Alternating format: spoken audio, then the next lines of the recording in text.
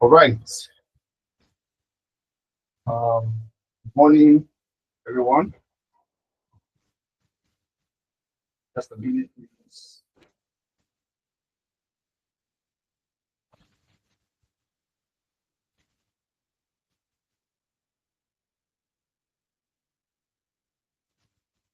Okay. Good morning, everyone. I want to especially welcome you all to the uh, continuation of this training on project management professional. So today is the day two for this 3 week long training. And yesterday we were able to do a whole lot. So we were able to build the foundation, the basic knowledge of what project management is all about and what it requires.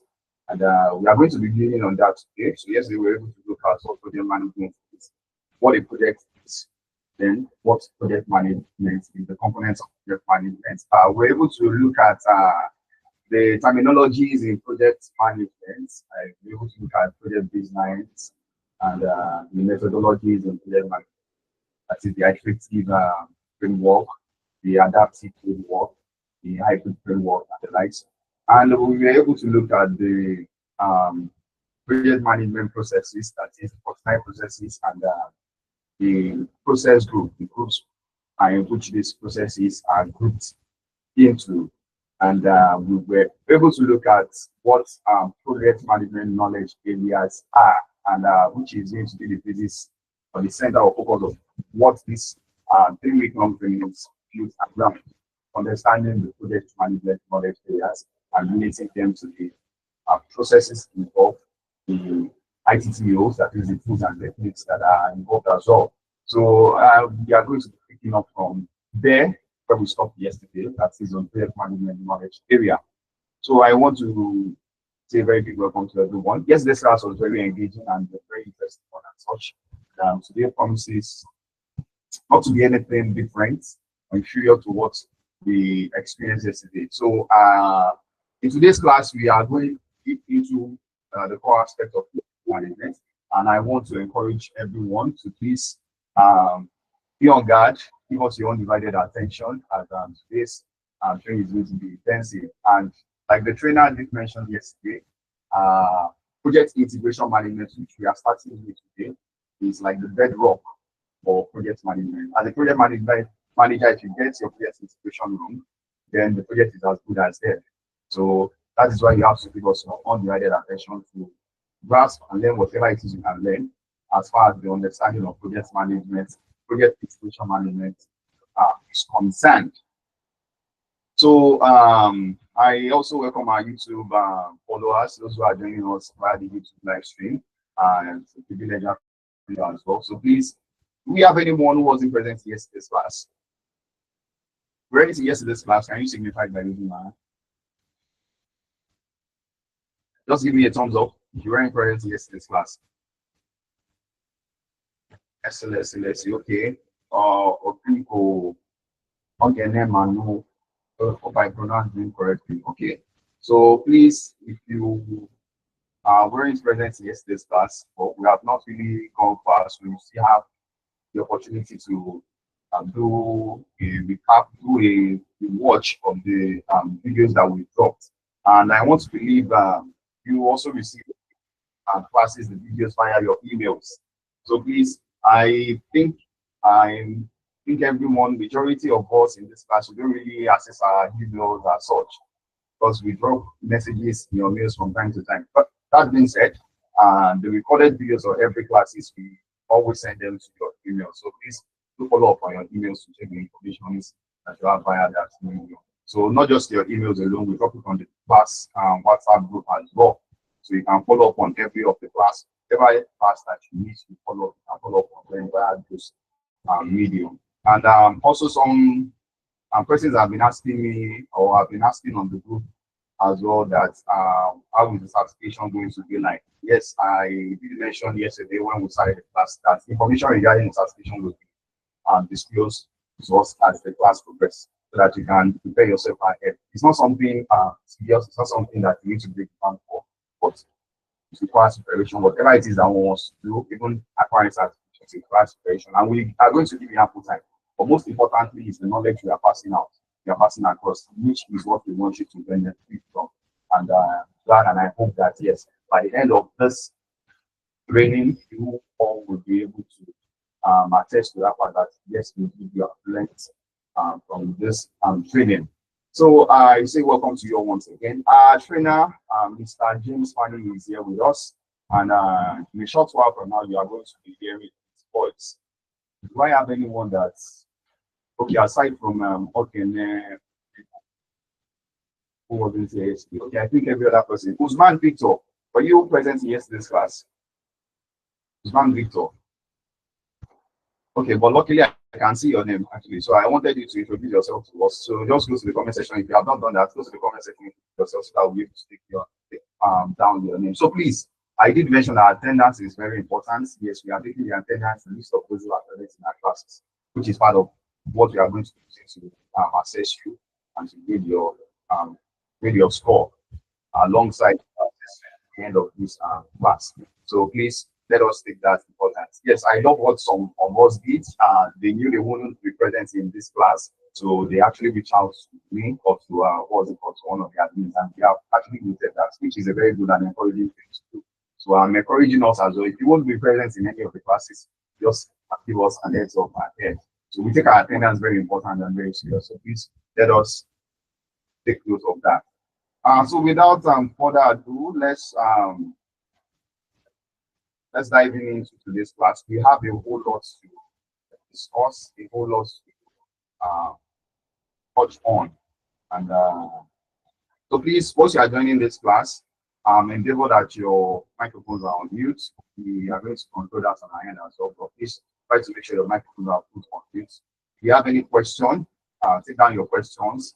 At the end of the class, we give ample time for you to ask a question. You can equally drop it in the comment section, in the in-message session. So as the class progresses, if you have a question that you want to ask and you don't want to forget, just type it down in the in-message session. We'll do well to take note of it.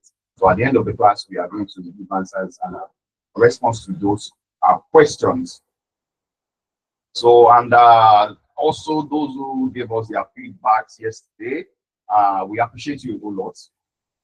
The feedback from you is what we use in assessing ourselves on our end on what else to do in order to get better in our training. And we appreciate that a whole lot. And your feedback as well promotes brand our trainings to the world out there. So we encourage you at the end of every class please do also give us your feedback and drop it on our channels, our WhatsApp group, and other available mediums. So, okay, Usman Victor, I was trying to yesterday. Oh, thank you very much. Sorry, perhaps that's an oversight. Thank you very much, Mr. Usman.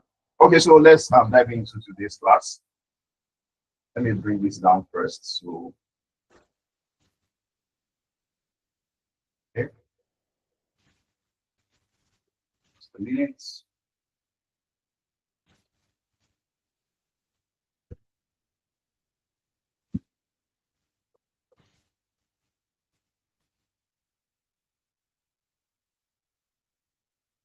Okay, so if you can see my screen, just give me a thumbs up. You can see my screen, give me a thumbs up. Okay, and your last name is Victor. Thank you very much. Thank you very much. Thank you very much. Okay, so we will be diving straight into today's class. So the voice you'll be hearing will be that of our resource person, Mr. James Fanny. Please let us give him our undivided attention. Let's start. So I want to implore you, we have a lot to cover tonight. So I want to implore you to please kindly cooperate with the moderator. You need to mute your mic and then only talk when it's needed. You can trust me, my class will always be as interactive as you can imagine it. So everybody will be carried along by God's grace. So let's begin. Yesterday, we laid a very good foundation for project inspiration management by looking into the foundation and the basic of project management as a profession. We did a lot of justice to a lot of myths, a lot of definitions, a lot of practical and illustrations, just to make the training simplified for you. So, and I do hope that you were impacted with that training yesterday. So if you missed the training yesterday, I really want to implore you, you still haven't missed much because you have it recorded. Just try to go through the recorded session.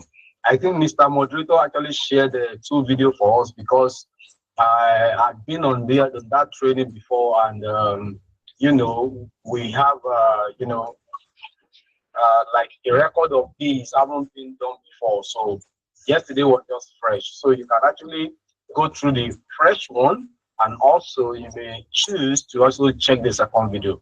Either way, you will be impacted very well. So I don't want us to go back to what we did yesterday. So I've just made mention that we actually laid foundation yesterday, and then we ran through that until we reach. Let me share my screen.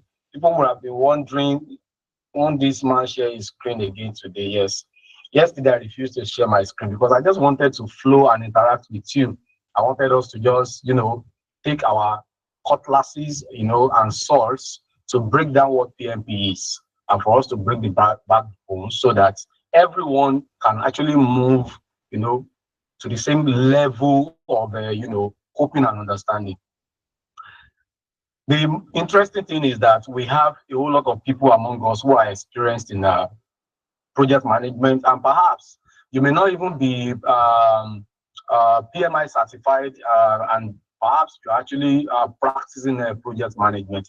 Consciously or unconsciously, many of us have been managing projects.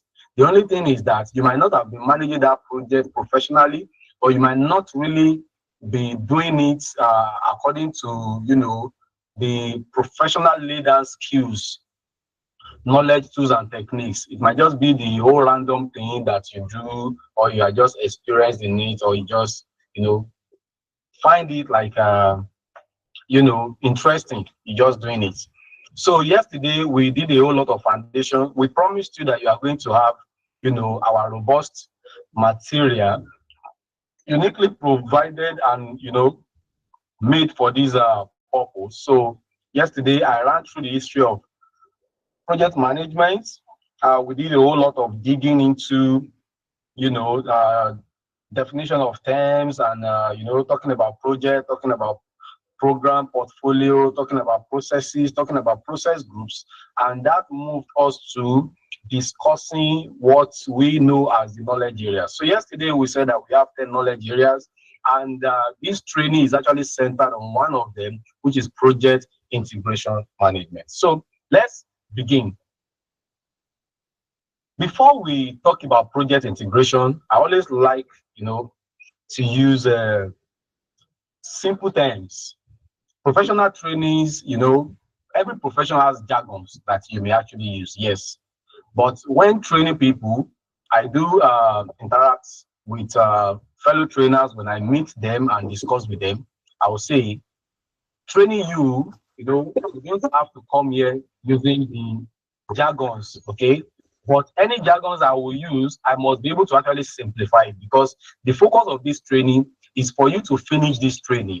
And when you talk about project management, especially in the area of integration, I want you to become an authority.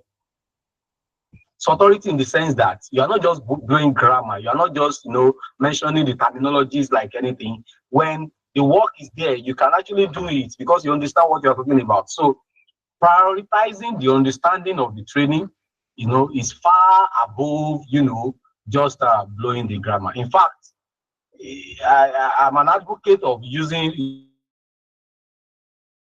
a professional, training in even local dialects. So you can imagine if I have a group of Igbo men and I'm to Igbo people, I'm to train them on project management. Why can't I actually use the Igbo terminologies? I just want them to understand it. I want it, to become something that will become part of them. I've worked with Chinese before, and I have a very good experience working with India. One thing I learned about these people is that there are some of them who we reference as we reference them as expatriates. But trust me, in their country, they are not expert anything. But in our country here, they become expatriates because they seem to have the practical knowledge that we do not have. So you will see somebody from India who does not even have a school cert, and then our graduate here will be answering yes sir, yes sir, yes sir to that person. Now, what makes them to become so good with what they are? Go and check them. Language really play a major role. So I'm not just saying language, I'm talking about simplicity of what you know. You need to simplify it. Even though, when it's time for you to actually raise the bar, using your terminologies, you need to on this, like me meeting a medical doctor and use a medical term, you say, oh, this is actually the problem. The question as a patient is that I don't understand what you're talking about. Can you please break it to me in the simplest term? So if you cannot come down to my level, then I will say that you don't have the knowledge of what you are talking about. So for that reason, I want somebody to tell us, please, what does it mean to integrate? What does the word integrate mean? Anybody who wants to signify? What does it mean to integrate? What does the word integrate mean? I want us to take it from that level. And then we begin to bring it up. What does the word integrate mean? What does it mean to integrate? Anybody? Okay, Edethion, you can, yes, Edethion, you can unmute your mic. Okay, Innocent, Emeka, you can unmute your mic and you can unmute your mic and give answer to the question. Okay, when you say to integrate, it means to bring together. That's the simple meaning of integration. God bless you. God bless you. Thank you so much. Thank you so much for that wonderful, simplified. So we can see now. So when we talk about integration, we are talking about bringing together, collating together. Okay, some people are already answering. You can go to e-message and also answer. Something to include. So when we say we integrate, we mean we want to incorporate. So when you are incorporating something or you are bringing things together, it means that those things are in pieces. They are in parts. You now want to connect them together. So integration is just like you getting a rope to connect your beads together. When you have beads and you want to, want to join them together. So it's either you are using a rope, you are using a rubber, or you are using a string. Okay, so that those beads will be inside it. So integrating or integration in project management is bringing every pieces that will amount to the project success together. So project integration management is the connecting dots, or is the rope, or is the glue, or is the gum, call it whatsoever, super glue, that glue every pieces of project management together. So it is very important that a project manager pay a very good attention to this. If not, a lot of things will go wrong in project management. And you're going to see it tonight. Yesterday, we explained that there are processes that projects, every project can go through. And I actually explained that these are not something that you cram. They are just something that that every project you want to carry out, may actually pass through all or few or some of these processes, with an highlight of about 49 processes that we actually just mentioned, here and there yesterday. Now, out of these processes, we want to look at some of those processes that we can assign to project integration management. There are some of those processes that when you are integrating your project, then you must actually go through them, you must analyze them. And we want to actually see them in details tonight. Don't forget, after tonight, we have just a day more. And I told you that I really want us to just, have this training, though it is actually a virtual training. I want you to feel the practical aspects of this project integration management. And that is why I'm committed to just, simplifying it. I want it to be broken down to the extent that you will have a plain knowledge, of it. So project integration management. Let us look at the what processes. I'll be switching. I will be, if you can see my screen, can you just say I? If you can see my screen, can you just say I? Hi. Thank you so much. Thank you so much. Thank you so much. Thank you so much. Thank you so much. Thank you so much. Thank you so much. So we can continue. Thank you so much. Thank you so much. Thank you so much. Thank you so much. Thank you so much. Now, the first process, okay, of project integration. So I'll be sharing my screen, no problem, no doubt. So let me share my screen so you can see these are the 10 knowledge areas, of project management. These are 10 knowledge areas of project management. We have project integration management. We have project scope management. We have project time management. We have project cost management. We have project quality management. We have project human resource management.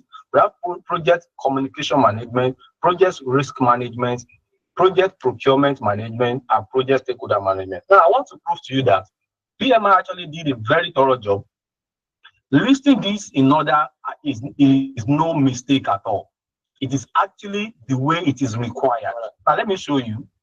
For anybody who wants to actually execute a project, we say that you must actually understand, you must have an overview of what the project is about. You must have an overview of what it will take you, to actually execute that project. And then you must understand how you will switch or transit from one, level or to another when it comes to executing that project. That is what project integration does. So integration comes first, and it is not by mistake. That is actually what the order it should be.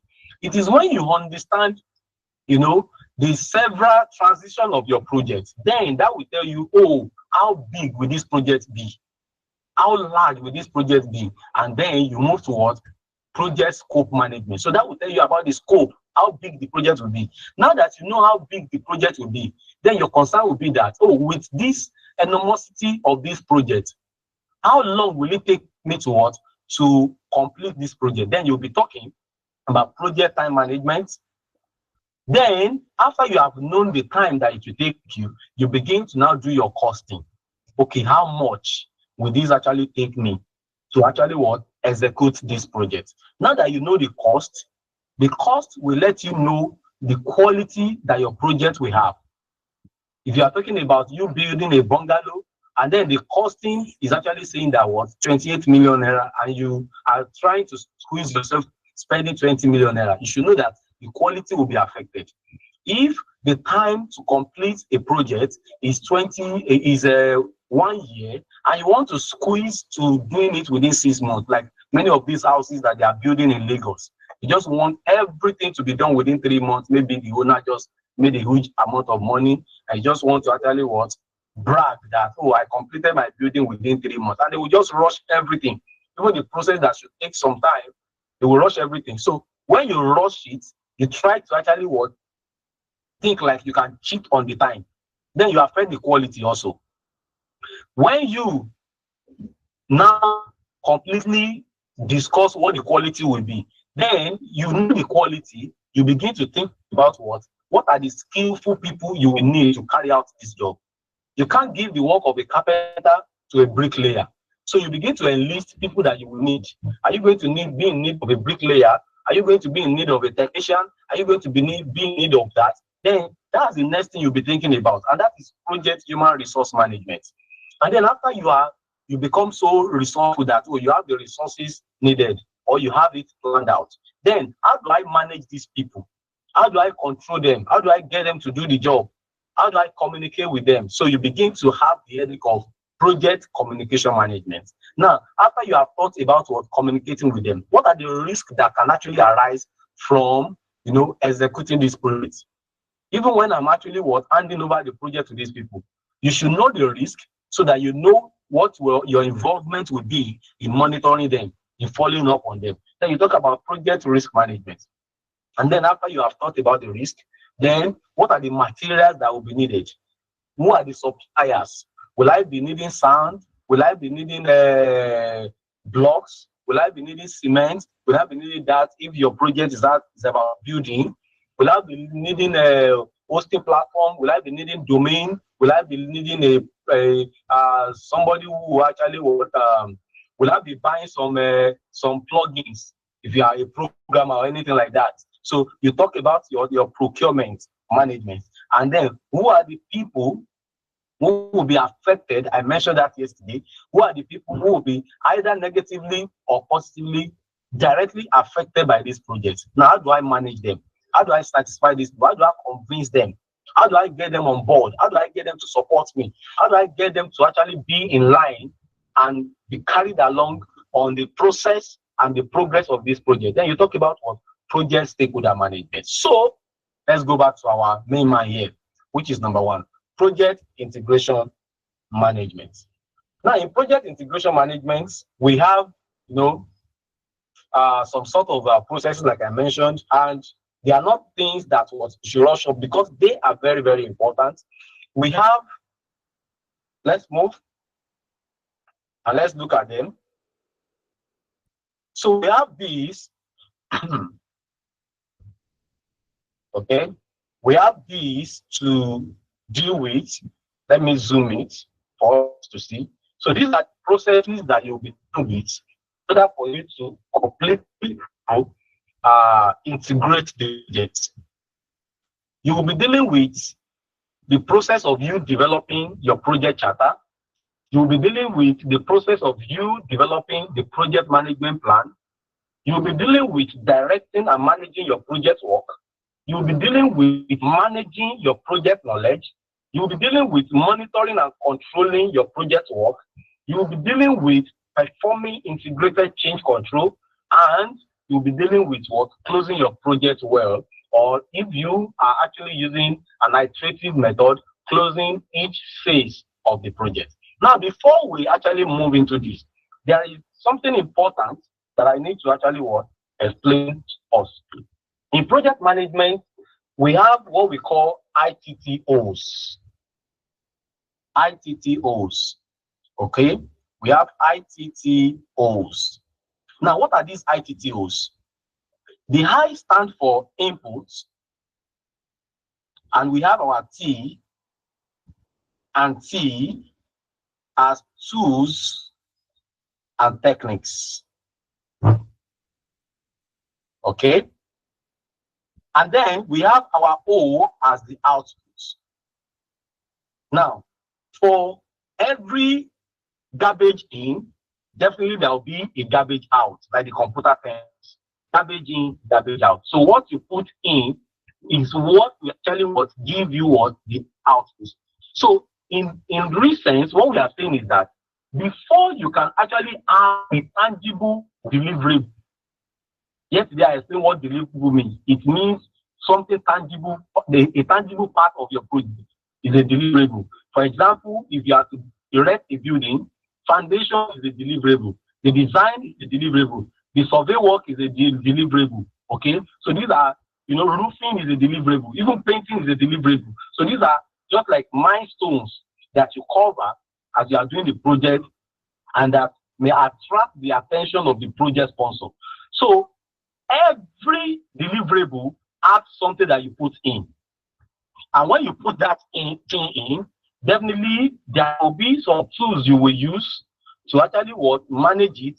That's the process it will go through, and then there are some techniques that you are going to put in, and then after you have the outputs. Let's simplify this. Okay, many of us here, irrespective of our tribe, might actually know the food called moi moi. Okay, except that the process.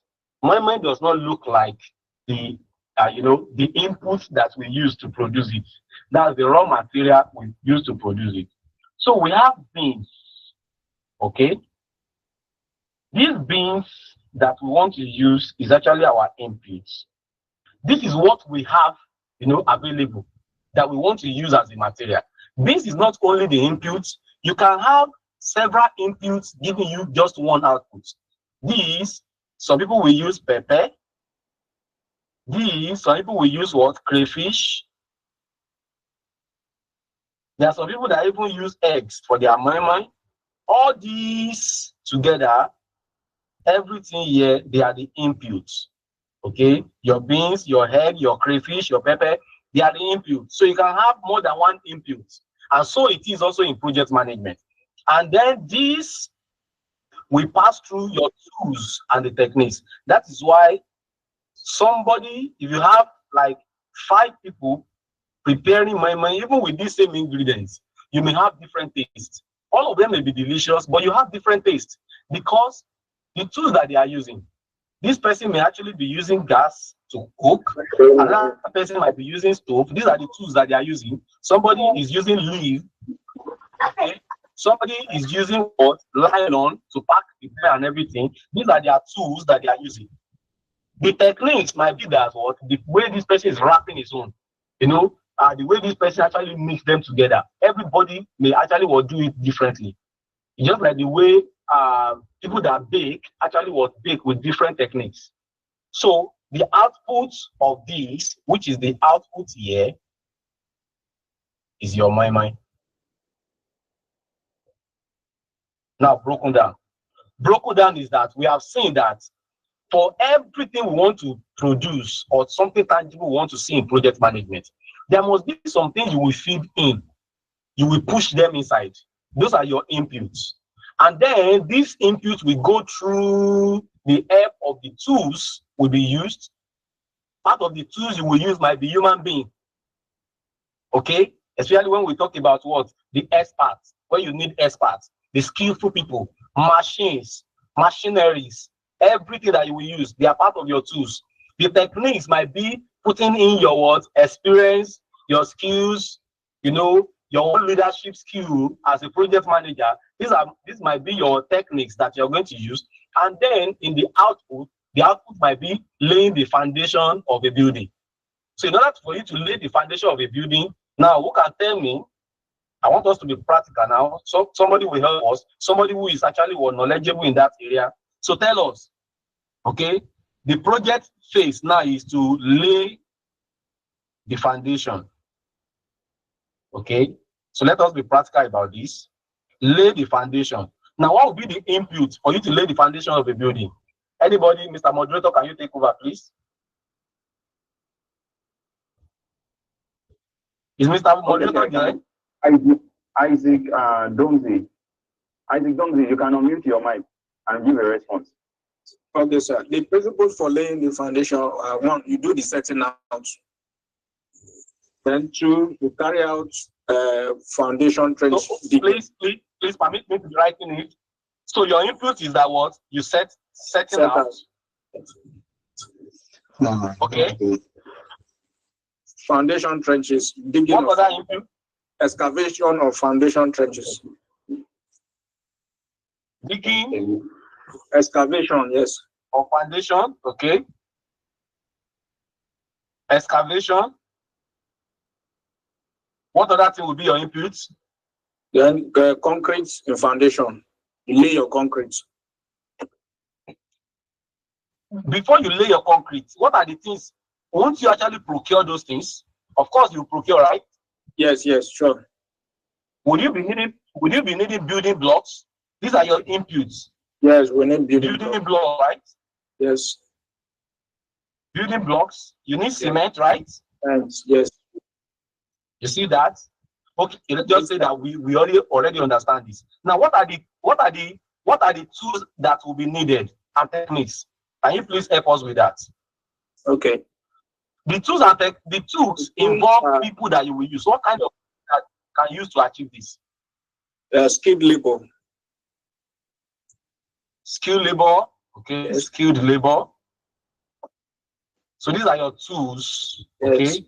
Yes. You need skilled labor. Okay. What again? Unskilled labor.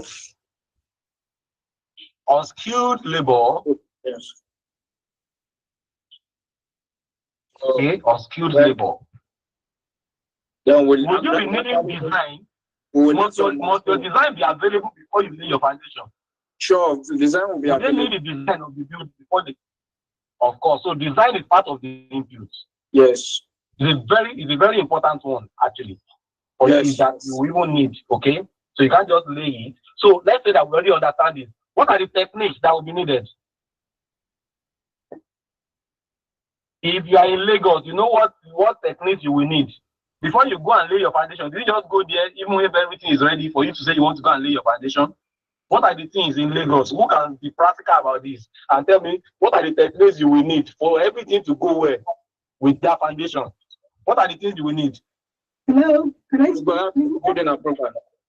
You will say to a money less. Building, Say what? You do building approval. How many of us know that there are some people that you will need to set here? How many of us know that there are some people that you will need to settle here? Okay, all right, but we may not actually harmonize on that, but the techniques you will be used here, okay? If it's some places where there is no security, you may actually have some security on ground. These are techniques. You may actually use some of the experience that you have had before, okay? These are techniques. Now, what will be the output will be what? The foundation. Now, what I'm just trying to do is that before I go into those processes, I want us to understand it. And I want to believe that we already understand. So you input, you use your tools and techniques, and then you get your work output. Now, let's go to our first, process. Now, the first process in your project integration management is for you to actually develop your project charter. That takes us to the understanding of what a project charter is. Now, project does not just start. You don't just wake up one day and say, oh, I want to actually engage in a particular project, and then you begin like that. A project, like I explained yesterday, a project has its own initiation, processes. That is the process what you will go through before you can actually lay down the foundation of a project, or before you can actually say that oh, you have commenced a project. You don't just start a project. Definitely there must be some processes of initiating the project that you will definitely pass through. So the first phase of you integrating your project is for you to actually develop your project charter.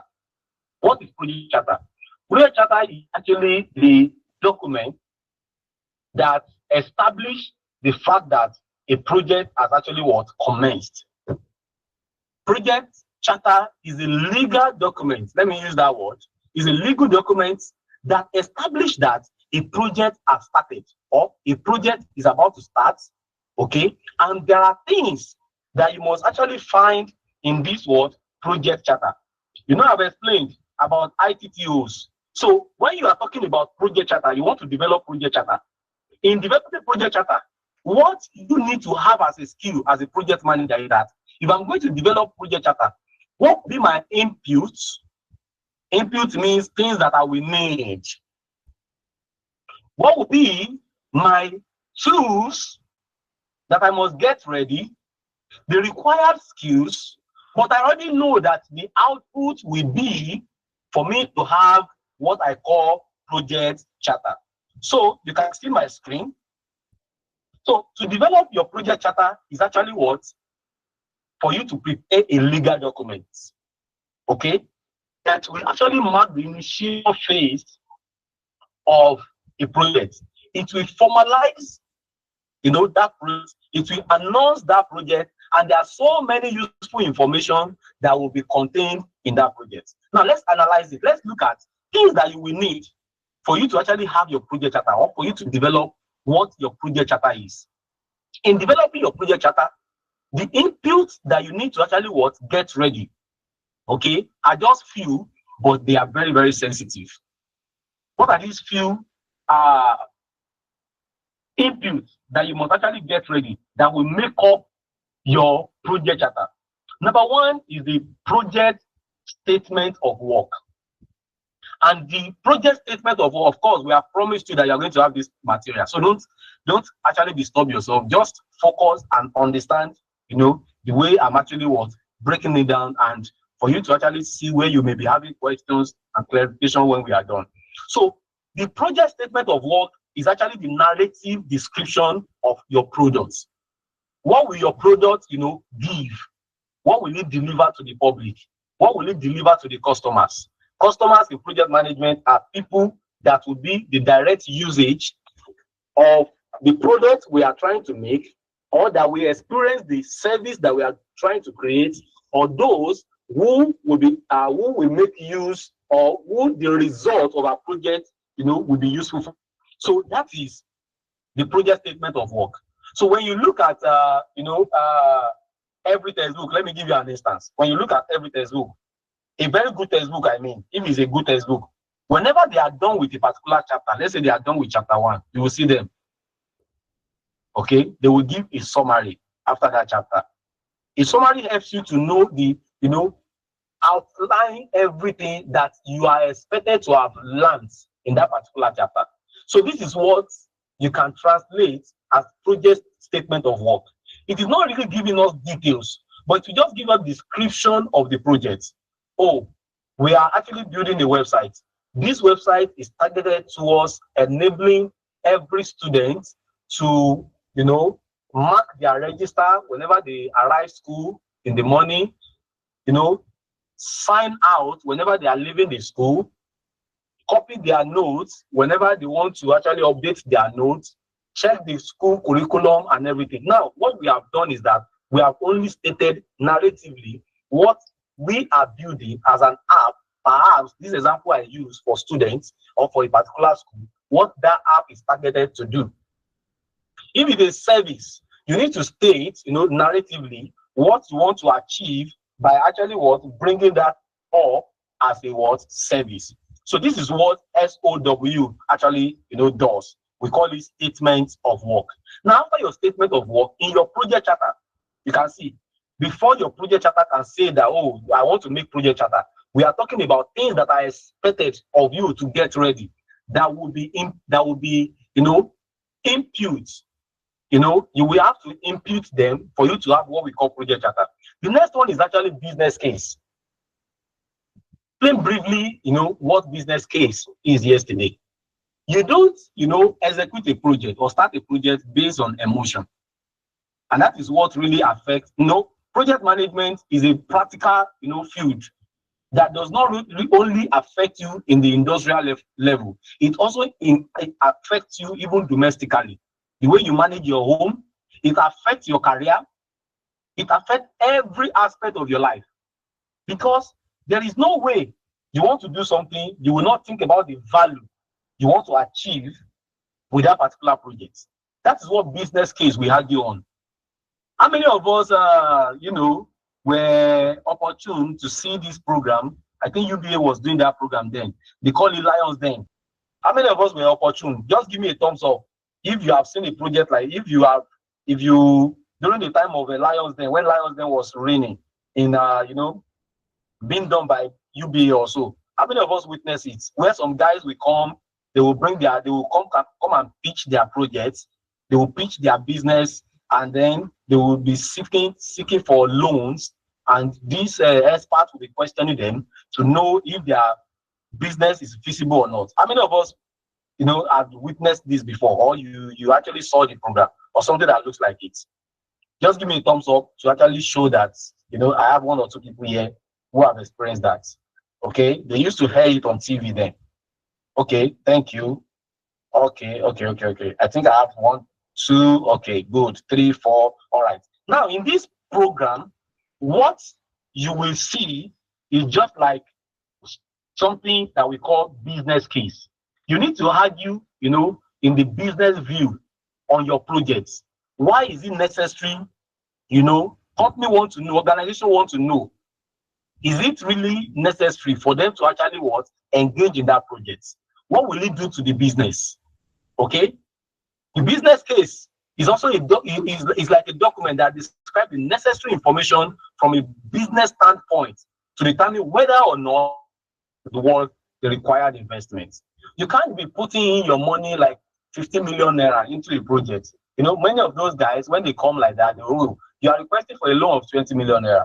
And then you are telling us that within 5 years, we wouldn't have made 2 million naira back from our what projects. Or better still, they will ask you, what is the size of your market? What's your market size? What they're asking you is that this product that you are building, this business that you're establishing, in the market size that we have in Nigeria, about over 200 million people, how many of them do you think will be in need of your projects or will be in need of your products? We want you to prove. So when you prove that, we can calculate that, oh, if we invest 20 million naira into this, within 1 year, we're already making 40 million naira. And if it's feasible, you see a lot of people, they want to invest in that. So projects must actually pass the business case, and project charter must include your business case. That's what we are talking about. So business case remain one of the vital inputs that must be found in your project charter. The next one is about the contract and agreements. We want to really know, okay, between you. Now, let me first mention this. Project charter is a document that is prepared by a project sponsor, but with the help of project manager.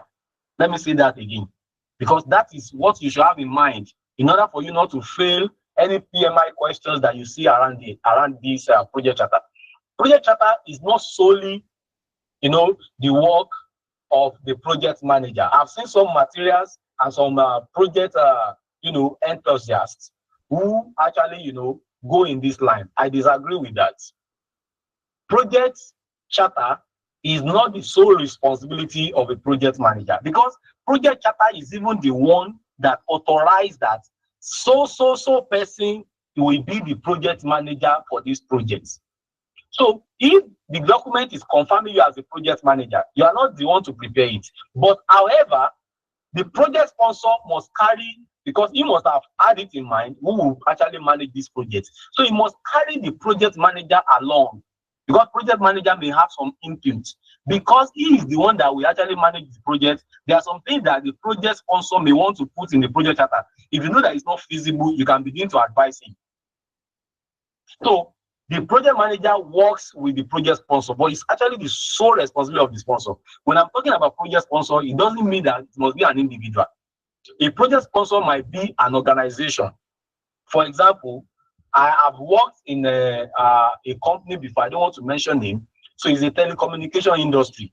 So what this company, what they do is that they are the contractor for the likes of MTN, Glo, and the likes. So what do?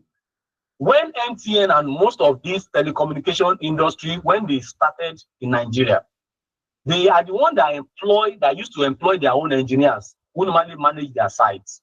But they saw that they couldn't actually cope with these engineers. Many of them are not actually delivering the way they want them to deliver.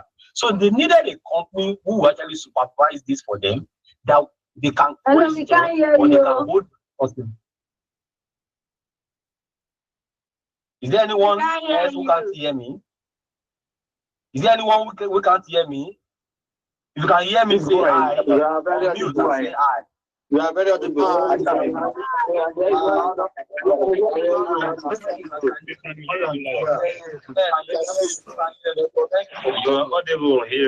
Thank you so much. Thank you so much. So please just check the technical stuff. So if you can't hear me. So thank you so much. So many of these companies, they actually handed over the load of managing their sites to the company I was working with then. So what our company does is that they manage site for these people. So they employ the likes of me, as engineer to manage this site. So what have they done? The company has actually shifted the load, of being worried with their site. They have shifted it to another company. What does that mean? It means that our company becomes the project manager. They are managing the project for them. So the likes of MTN, Glo, and the like, they become the project sponsor. They are the sponsor of the project. They are the project organization. So a project sponsor can be an organization. It can be a group of organizations. Let me also give you another example. There was a time that the likes of MTN, Glo, and Etisalat, I think all of them, they came together to actually, fund a particular project. There was a project that they came together to actually fund then. because it has to do with what, something like a national value or something like that. So they came together. So a project sponsor can even be a group of organizations that say, okay, fine, we want to do this project, and they can employ you as an individual. You may be a company to actually do that for them. A company can also sublet what projects. That is, you can have a project sponsor, you can have a project manager as an organization, also becoming a project sponsor for another organization. Now, let me explain that. If, for example, I have an event management company and somebody have a project, because what we must see as a project, an event is a project, okay? Because there will be what? A new couple that will be wedded that day. So it's a unique what? Product that you want to give out. So an event can be given to an event planning organization and say, okay, fine, manage this project for me. I want you to plan everything about the project. Now, this company, when they receive the project, they also see that this thing will be too large for us. They now begin to get some smaller companies. Oh, you manage the aspect of photography for us. You manage the aspect of cake for us. You help us to manage the aspect of what, feeding. So you can see, they are actually what? They are project manager, but they are now becoming project sponsor because they are the one that will pay these people. These people have nothing to do with what the original sponsor of the project. So we need to understand, okay, from that perspective, that every charter is being prepared by the sponsor with the collective effort of the project manager. So the business case must actually argue out if the project is worthy of what business.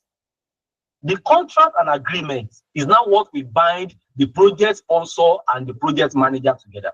And this is where you must be very careful as a project manager. A lot of people, because they perhaps it's their first project, or something like that, they are so much excited to actually take it, and then they begin to have what issues later. Contract and agreements are legal documents. I mentioned something like that yesterday. I said that if you sign a project and you sign that it's 20 million naira and it has been signed and there is no flexibility written when the project charter was actually produced, trust me, you must deliver the project, except that you met somebody who happened to be touched by God as a project sponsor and is ready to listen to you. But legally, it is right for him to stand and say, you have to finish this project. We have actually had an agreement. So the contract and agreement, some people call it a memorandum of understanding, whatever you call it, they are actually also part of the input that you must get ready. The enterprise environmental factor is another thing. Let me bring that up. The enterprise environmental factor for you to see. The enterprise environmental factor. Let me explain that. Now, there are a lot of factors that can actually affect, your projects. That is what we call the enterprise environmental factor. The nature of your business, where you are doing that business, there are some external factors that may actually affect that business. There are also some internal factors that may affect that particular project. That's what we call enterprise environmental factor. It is of two ways. It can be the enterprise environmental factor can be external and it can be internal. Let me give you some illustration about the word external. I think I found the external one. Okay, sorry, I'm just used to it. Sometimes I don't follow my slide. Once I see, I just want to actually break down. So let's look at the external environmental factor. Look at them being highlighted. The project you want to do, consider it. What is the government regulations on it? Do you have the license? Do you have the rights under the Constitution to carry out such a project? What gives you the right? What licenses you for you to carry out the project? You see why the project sponsor must work with the project manager. You as the project manager don't want to take a project that you know that there will be government issue on it. That is why when he's choosing you as a project manager, he has to actually work with you for you to advise, to say, oh, these are the things that you need to do. You need to fix this. You need to fix that. Market conditions can also affect the projects. market conditions. I don't know if you have actually been in such shoes before. There are some projects that you may be nursing. Oh, you want to do this project. You know, you think that you have a unique idea, a beautiful idea. And you just see one day that somebody is executing it one place. That if I didn't be the person that has seen your plan, you would have said that they stole your idea. You just that somebody else has already executed it, that it is nothing new, except that you want to create around it. Now, these are market conditions. I said something yesterday that a project must be unique. This is where you must emphasize the uniqueness of a project. When somebody come and meet me now and say that, oh, I want to produce detergents. We have a lot of companies. Look at them. We have so many detergents. Good Mama. I'm seeing so many today that I cannot even count. In those days, we have a toothpaste, you know, and the first of its kind that came out there was actually Maclean. To the extent that there are many of us that grew up, you know, not knowing that the original name is toothpaste. Whatever we want to buy, we just want to buy Maclean, want to buy Maclean, want to buy Maclean. Because we don't even know that Maclean is just a toothpaste. But look at how many brands of toothpaste that we have today. From Close-Up to Oral to Pepsodent to, you know, the likes of them that we have so many today. So if you say that you also want to enter into making a product like that, we have to look at it. What is the market conditions for it? Will you be welcome in the market? What is the evidence that what the market will be favorable for that particular product? That must also be in your project charter. The external political conditions can also what affect your projects. Yes, this is very, very important. Politics affect, you know, a very good aspect of every project. Let me give you an instance. I have somebody, I will not mention a name. He became the chairman of you know, community. Like, you know, landlords normally come together. They have zones, especially in Lagos here. They have community leaders and all that. So the communities, like 5 or 6 communities coming together, he became the overall chairman. And he began to look at the road network. Rain is coming. Rainy season will soon start. In fact, this was far before the rain, before the rain, the way we are experiencing right now. So he actually brought everybody together and said that, look, if our politicians cannot actually do this, I think we should do this, you know, on our own. Maybe we have been disturbing them and they are not listening to us. Let us see how we can raise money to do these things. Do you know that despite the fact that they were not actually disturbing the politicians, the chairman of the local government is there. He has been seeing the road all this while. He was not attending to it. But right now, people want to do something by themselves. They started having political frustration. Why? Because the chairman and some people who are politically interested believe that the people behind this are being funded by another political party. And they believe that if they achieve it, they will use it against them in the next election. So because of that, despite the fact that they are not bringing funds for them to do it, they were frustrating the process. This also happens to what? Products. This also happens to what? Project. Because what they wanted to do is a project. Like I explained yesterday, the local government chairman became a stakeholder who will be negatively affected.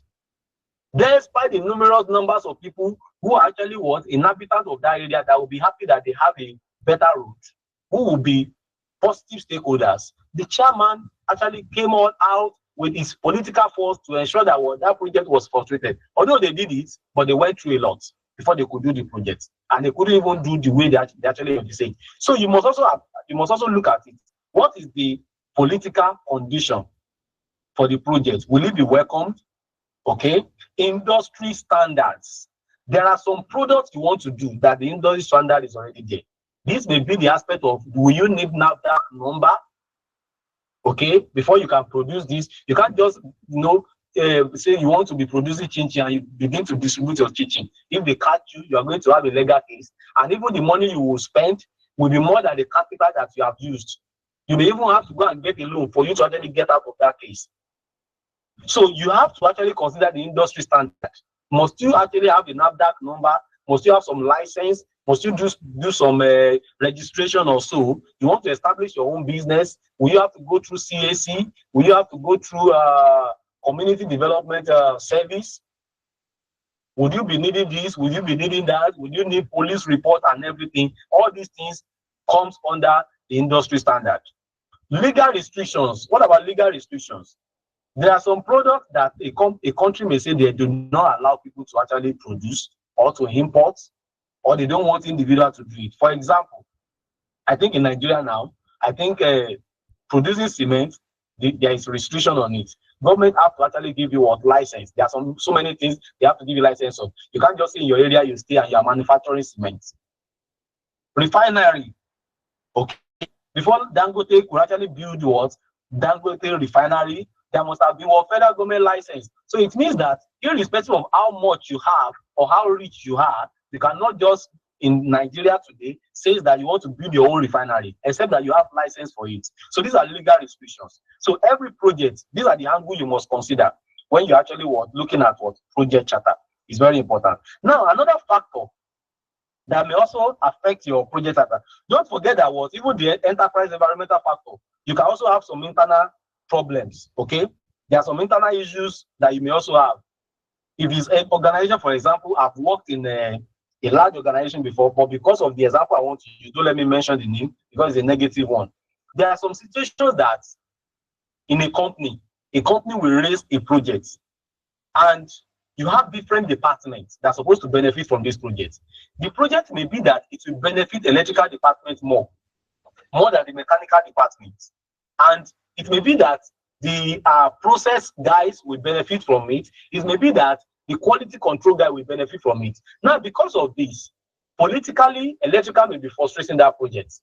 They don't want it to occur because they know that they will not benefit from it, or it will negatively affect them.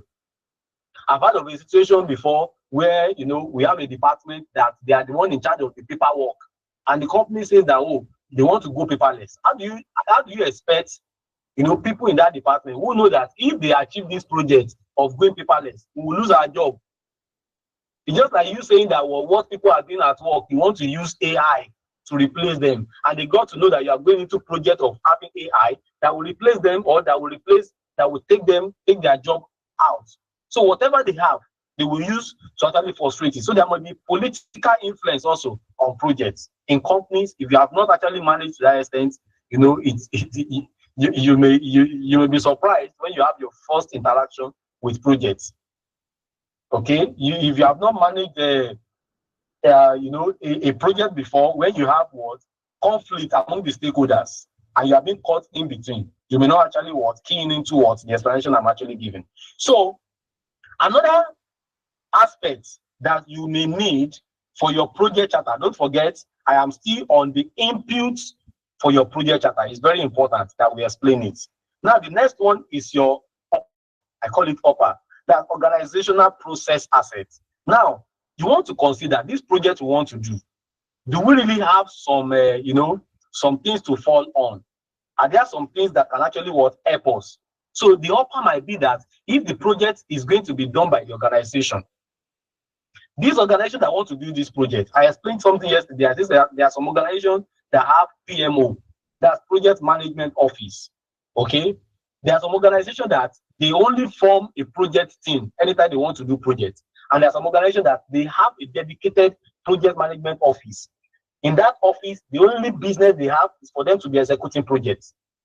In that office, they have permanent staff that are just project staff. That is what they actually do. So when you have a PMO, in most of the organizations that have PMO, that project management office, they have the advantage of this OPA, which is organizational process asset, which is upper. Upper includes the plans, processes, policies, procedures, and knowledge base specific to and used by the performing organization. And the close example to this is when you look at the technology of the Indians. You cannot compare that to the technologies of the Chinese. When you look at the project that is being done by the Chinese, you cannot also compare it to the one that is being done by German company. Many of us that look at road construction today that can remember the road construction of Julius Berger of those days. So you can understand what I'm talking about. So Julius Berger have their own standard when they actually carrying out projects or construction. That is their OPA. They have their unique plans that they normally use. They have a process that they normally go through. They have their own policy that guide them. This is unique to them. They have the procedures. The knowledge base is actually unique to them. And whenever they want to construct another road, they can just transfer that OPA that they have, they just apply it. When you also look at the Chinese guys, the way they build, everything they import it from their own country. When you look at their material and you touch the material that is coming from Germany, forget about it. I'm not mentioning inferiority or seniority. You will see the difference in their experience in construction. At least I work in Dangote Obajana cement plant, that's in Kogi State, and I also participated in the management of the project of Ibese cement plant. So I can tell you that the line 1, line 2 of Dangote cement plant, that the first two lines of production they are running, was actually built not by the Chinese company, but the German company.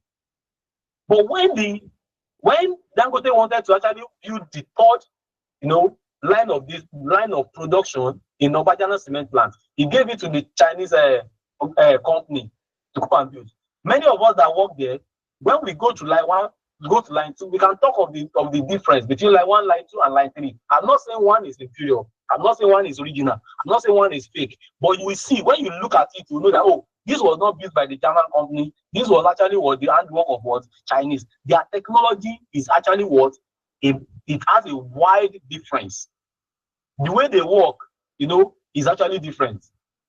In fact, they have to group us and warn us, because I was actually supervising the electrical aspects of the project in Ibese that time.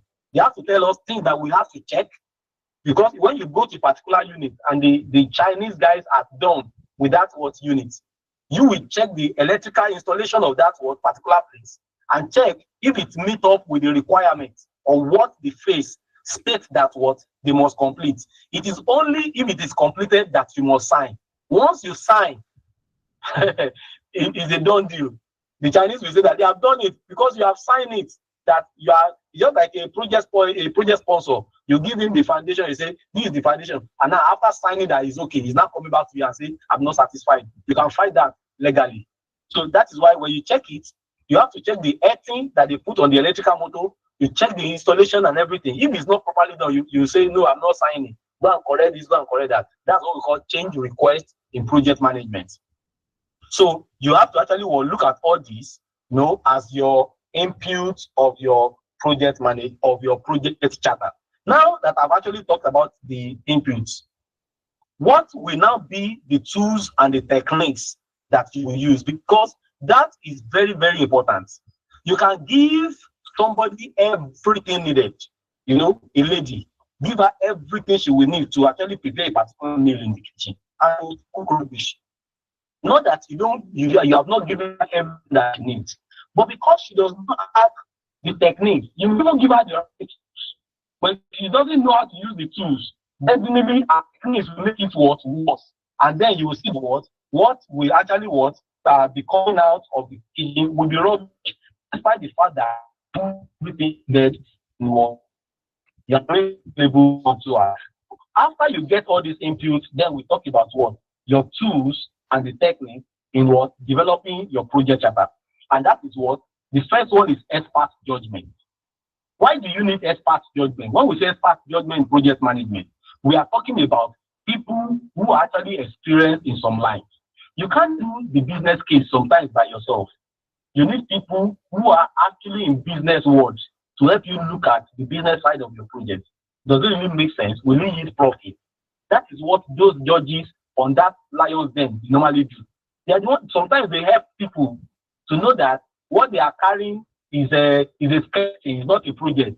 They will use things that have not even thought of that may go wrong. They will tell you, what about this, what about that? When they ask you about 3 questions, even you yourself will know that what you are carrying is rubbish. You have not really thought so deep. So you need expert judgment. These are expert critics that can help you to criticize the business side of your project. You may need some data gathering. you may need to have actually what gather data, especially when it comes to what the market conditions aspects. You may need data. Data may actually help you if the product will make sense or not. Many of us might have seen this. Sometimes you see some people who want to produce a new drink, they will be doing market sampling. I don't know if you have participated for several times. I've participated in this. They will now call you. You see them. They can bring people to be dancing and everything. It's a new drink they want to produce. They will bring out possible cup and they will be giving people. They'll say you taste it. When you taste it, the paper they will give you, you will not like. Is it too sweet? Is the ginger too much? What do you think? If this drink hits market, do you think it's sort of drink that you will like? Do you like the taste and everything? So this feedback, when they take it back to their company, there are many of those sampling I've seen, and I can't the name of the drink that maybe it will come out, and you will see that the drink is not even coming, it's not hitting market. They have gone back to actually see that it's rubbish they actually were preparing. So people will say that it tastes like Coca-Cola. It's just that something is already wrong with your brand because people think that you are copying Coca-Cola. So you can't make it in market. So you have to avoid a rubbish at Coca-Cola, another one. So data gathering is very important. Interpersonal and team skills is also needed when it comes to what you develop a project charter. What does that mean? It means that as a project manager, you must learn how to interact with people.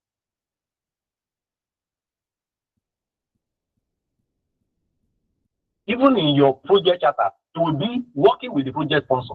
And trust me, your stakeholders will be mentioned. So how can you relate with these people? How do you, your skill in actually what interacting with people, in managing a team? Because even the skillful people that will be needed on the project, in some project charter, they are also being stated. So there's no way you will not have to interact with these people. In fact, project charter will give you the first interaction with your project team as a project manager.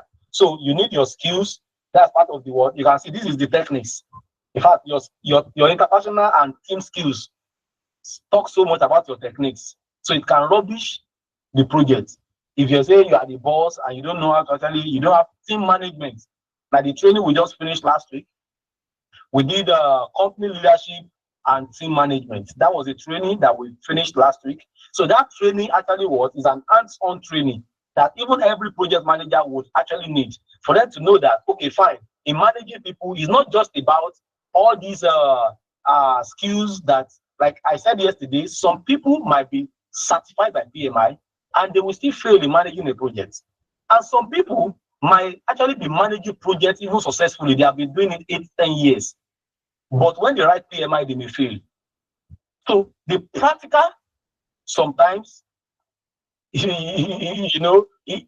has a tiny difference from what the theoretical background.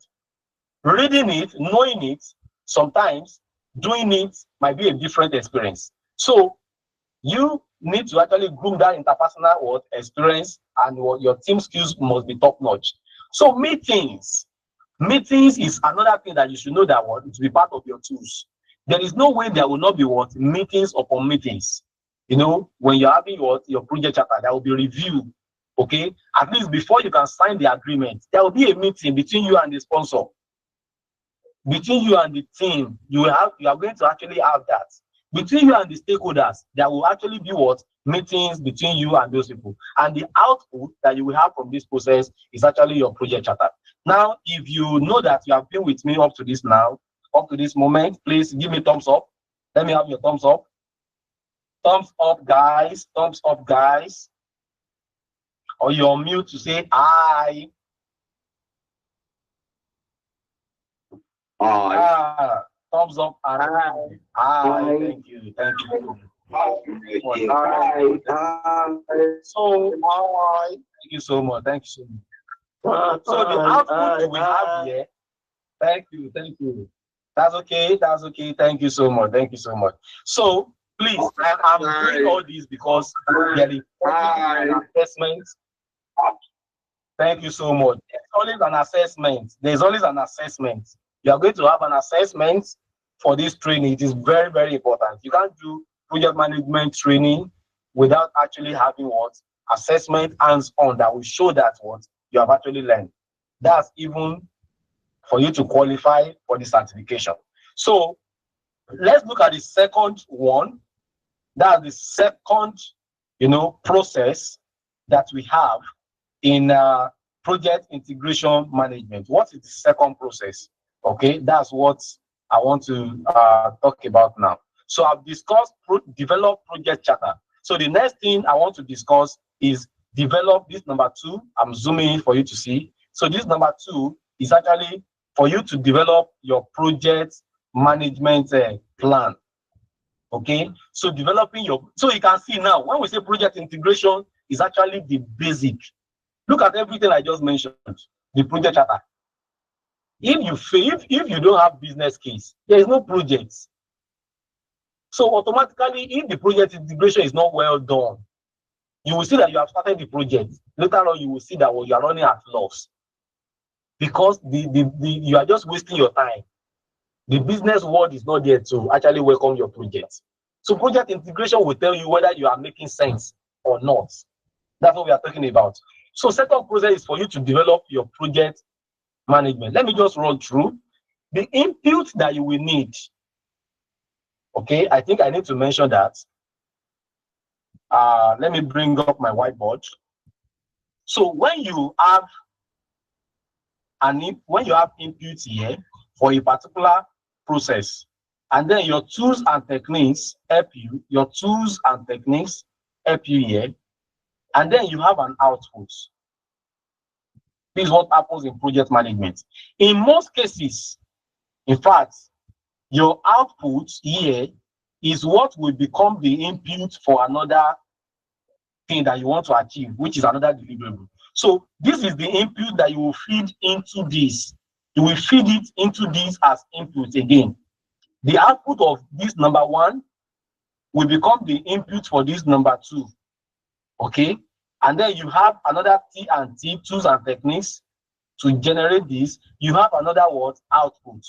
This output that you get here also becomes the input for another. So this is what we roll, this is how we roll in what? In project management. And the example is right there for us.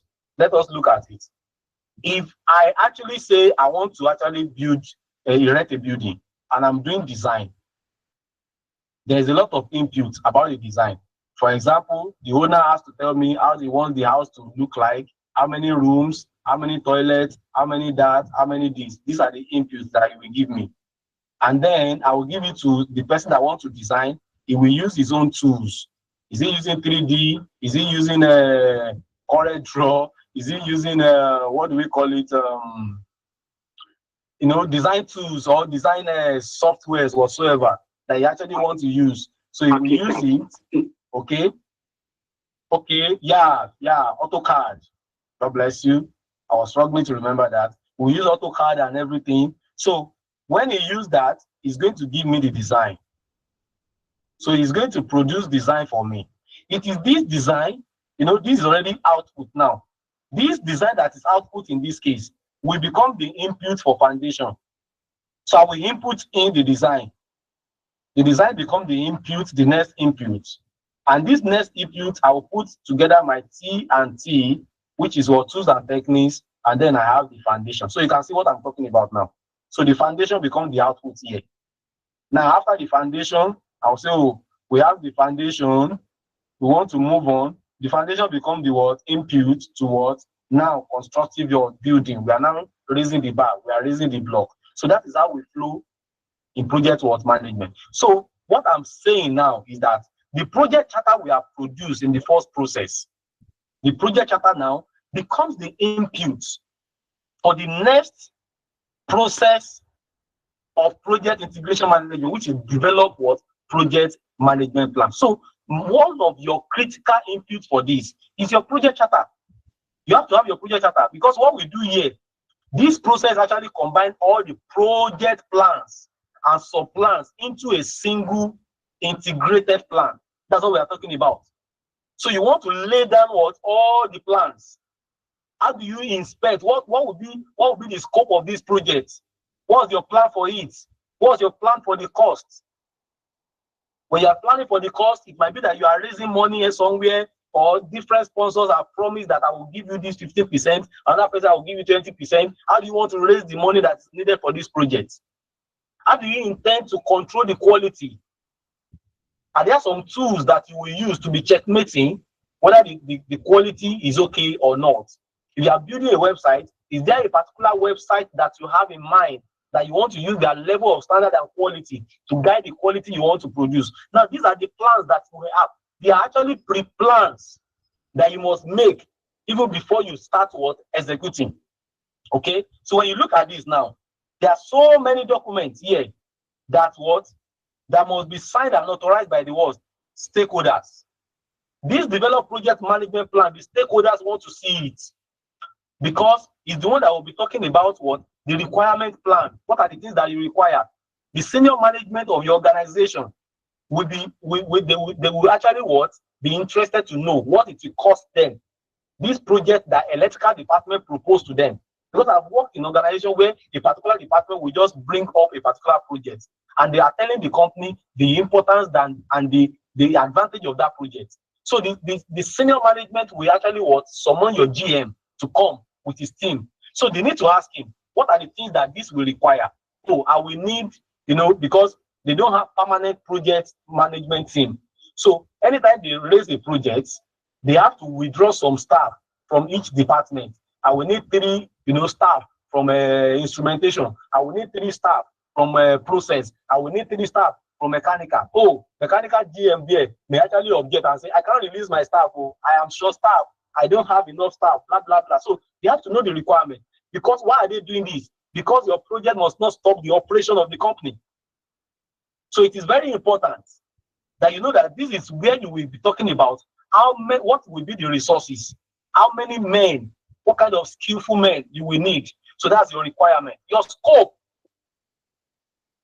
Okay? What is the scope of this project? Do we really have if it's about building that you want to erect, do we have a land mass for that? The company they will decide that.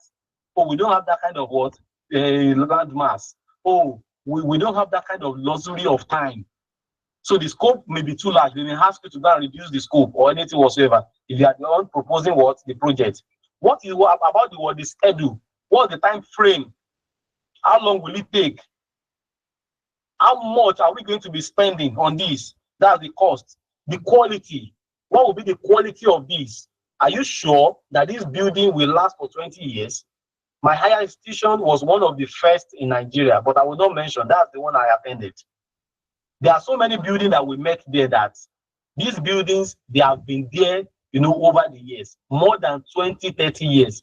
And there are new buildings they have built after them that they are just rubbish compared to the building that the likes of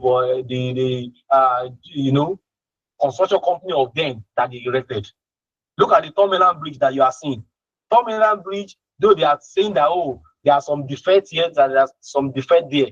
But that Tom Island Bridge, just look at how long it has stayed with so many new construction that we already have. That's to tell you that the quality is of importance. You have to talk about the qualities that you are going to be producing, or the quality of the product, or even the service that your project will bring out. So it is important that we know that the input into the development project management plan is your project charter. Your EEF, which is enterprise environmental factor, is another thing for your plan. If there are some internal arrangements or internal policies or some external conditions that will also affect the plan, you must mention it. Let me give you an instance. There's this railway construction that is going on across in Lagos. When you look at some junction where they are actually doing the construction, there are no security personnel, there are no soldier men. But when they got to some areas, they have to situate soldier men because of the area boys. These are what EEF will do for you. Without the enterprise environmental factor, you will not know whether you are going to be having security challenge.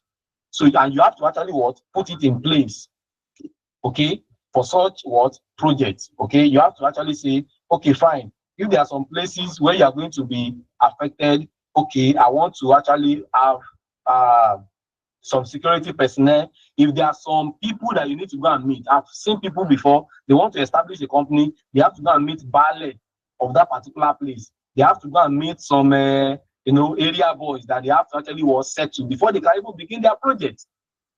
Okay, so all these are environmental factors that you may actually have to consider before you can begin your project. That's developing project management plan. So there may also be some OPA, maybe the company already have their own policy, so you can't bring in your own ideas. They tell you that this is how we do our things. So I recall there was a time I went to Nestle company at Agbara, okay, and then I was observing the company, and immediately you enter, you will know that these people have a safety culture, and that is their policy towards what safety. When I entered, despite the fact that I know that there is zebra crossing, I even train people on some aspect of that. I sort of thought that in Nigeria we don't actually honor zebra crossing, but in Nestle company, that was the first company I will see where you must, is a must. If you enter the company, either you are working there or you are a guest, you have to obey the zebra crossing. So the place where I supposed to cross to the other side, no vehicle was actually at sight. I couldn't see any vehicle, but the security guy was shouting that please don't cross. He was telling me, and using hands. I was confused. What does it mean that I should not cross? There's no vehicle here. He just told me, please continue walking, continue walking. I was walking. I will look back again. He told me, continue walking, continue walking. So as I was walking, lo and behold, I saw zebra crossing in front of me. I already clicked that, is this what this guy is trying to communicate with me? I was still walking. When I got to the zebra crossing, he told me, now you can cross. That means that you don't cross until you see the zebra crossing. And truly, as I was crossing, the vehicle was just coming. You have to stop for me to cross. It's a very good OPA. So that is their own part of their. So you may have some company that they cannot jeopardize their policy. When you are coming in, if you are a designer, some company will tell you that this is our brand. So you have to follow their brand color. You have to follow their brand policy. The color, the font size, the font. Many of us that are into branding will understand what I'm talking about. So no matter the skills you want to put in, they will tell you that please, don't jeopardize our color. Just like you want to design something for Nigeria, and then you are bringing yellow. When the color of Nigeria is green, white, green, they will tell you, no, go take this back. No matter how beautiful it is, Nigeria cannot take it. Nigeria color is green, white, green. So everything you will design, you must play around that color. So this may be the OPA of the company. It's very important. So in developing your project management, you have your input, project charter, EEF, OPA, and the likes. What are the tools and techniques? Still the same thing that we use under developing project charter. You will need the expert judgment, people that can advise you, or skillful people. Data gathering, you may have to gather some data. It is not easy for you to say that you want to develop all this. Okay, just imagine for you to say you want to have your requirement management. The senior management of the organization will question you. The scope, they want to know how big it is. Must you reduce it or you raise the bar? The schedule, the time frame, the cost, the quality management, the process improvement plan. Okay, what happens when something goes wrong? How do you improve on it? The staff management, how will you manage the staff that will be working with you? How do you recruit the right people that will work on this project? How will you communicate with them? Communication management plan. How will you take charge of the risk management plan? How will you control everything you will need on this project? Procurement management plan. How will you actually manage the contract to ensure that we do not breach the contract? Let me tell you this. When I was working with telecommunication industry that happened to be a contractor to the likes of MTN, in fact, my life, you know when you are making money, and trust me, your day is always stressed out. Whenever there is a fault, because I was working in Kano then, and I have about 28 sites under me. Whenever one of your sites is down, trust me, as your company is calling you to give reports, MTN will call you directly, also from their office, that you should give reports. So many people will call you that you have not heard their name before. They will say they want to gather reports. Why did that site particular go down? So that is when you will know that there is contract on ground. There are some time frame that any site must not go down. They call it a downtime. Okay? I've also witnessed in Dangote before where a very big Indian, expertise was sacked just like that. Okay? Until a lot of people came in to actually, a lot of high level that we had later, they actually pleaded for him before it could be reduced to what, a little bit of suspension, because there is a particular machine in his unit that went off for a very big, period of time, and the downtime is very, very critical, especially in manufacturing industry. So how could we call you an expertise, and then something like this happen in your unit? So the man actually had to face the music. It might not be the person, it might be one of the engineers working under him, but he's actually the one to oversee it. So you should know that what contract management is not a child's play, because we always register it then. If your site goes down and you are the one involved, you will take responsibility as the electrical department. You will register it 5 minutes downtime. So you will take responsibility when they are doing meeting. You are the one that will answer. You will receive the bombardment of the insult and everything. So contract management plan, you must put it there. How do you intend to actually manage it? Stakeholders management plan. How will you carry your stakeholders along?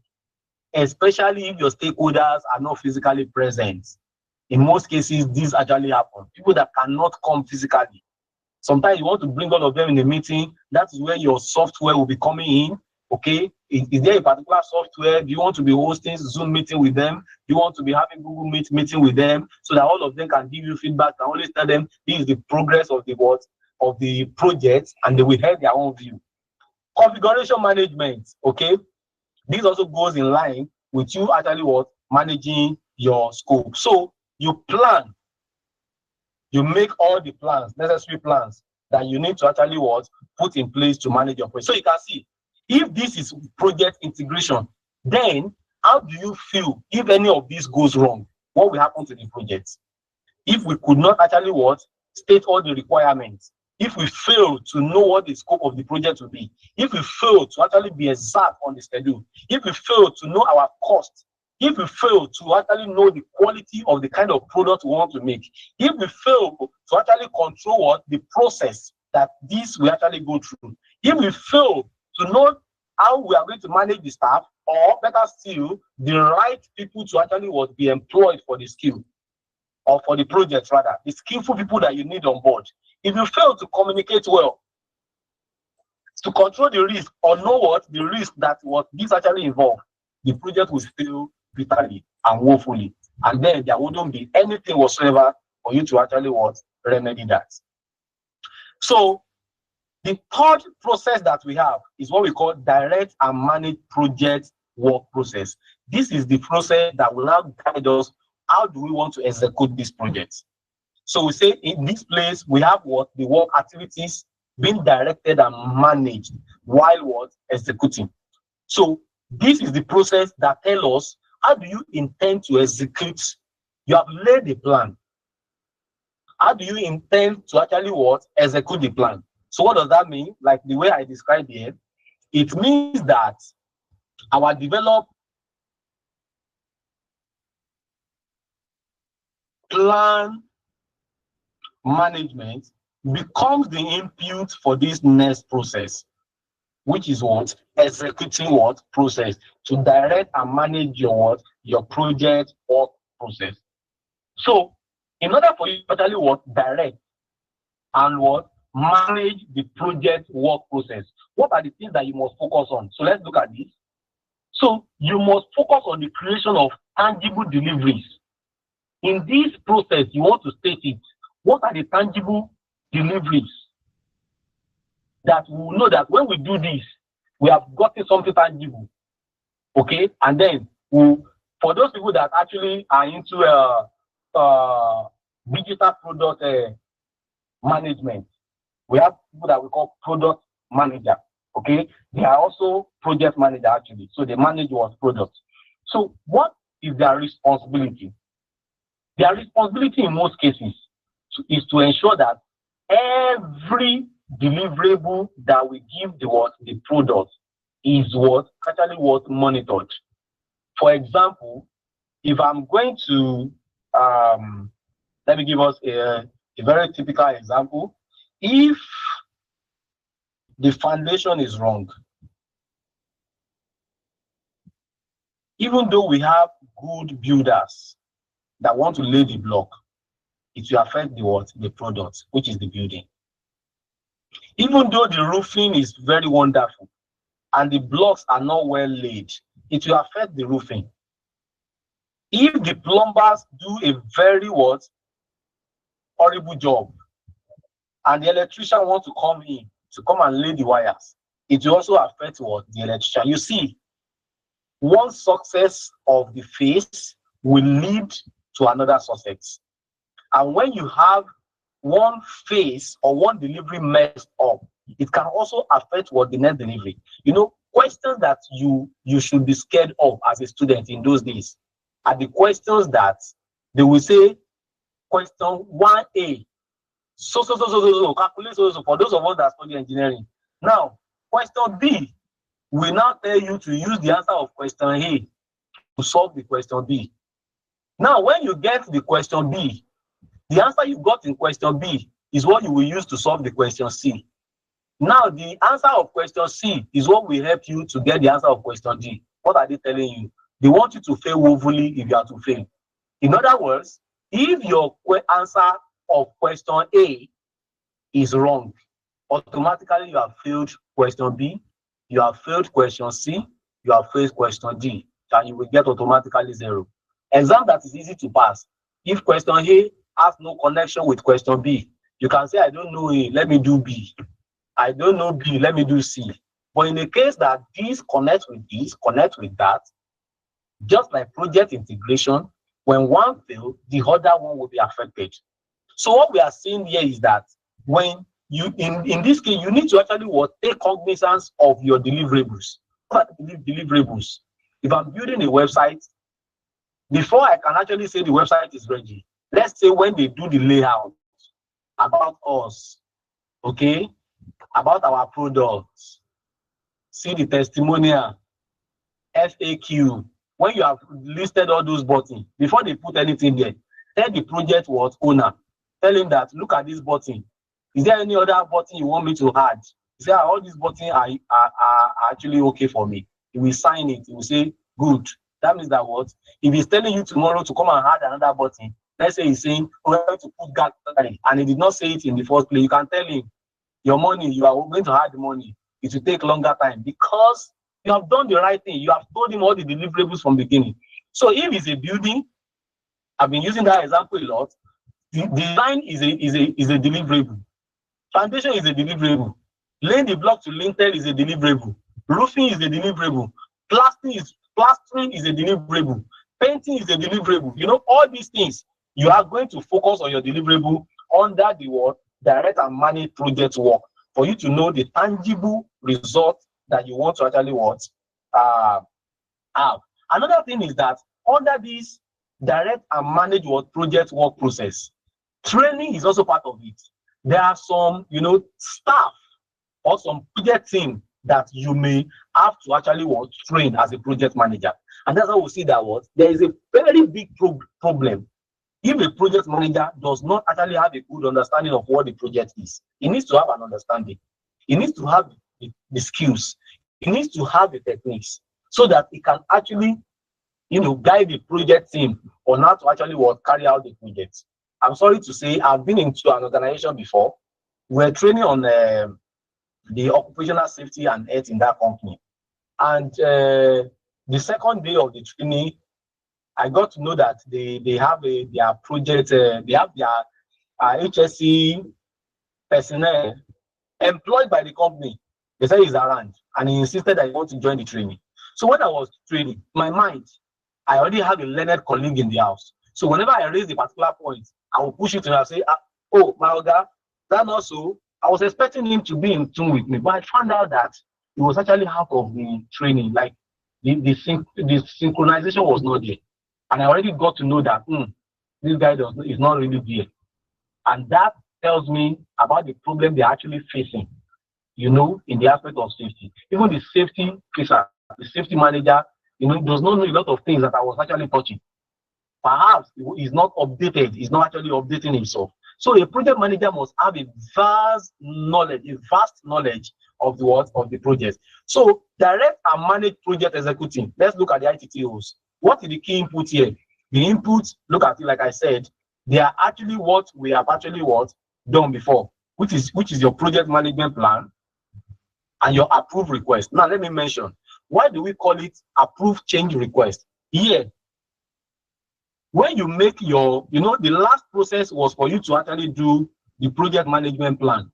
After you have made your plan, we are expecting, and you should note this, every project, plan can always, require changes, especially when the project sponsor mention it.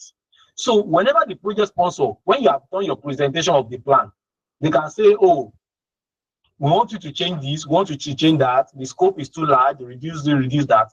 In project management, we call that change requests. So those change requests, the changes that they say you should make, you are going to put it in paper and you send it to the project sponsor.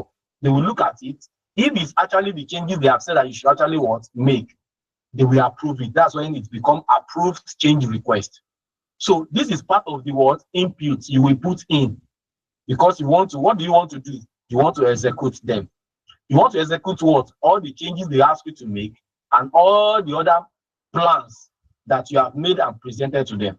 So the input into direct and managed project execution is your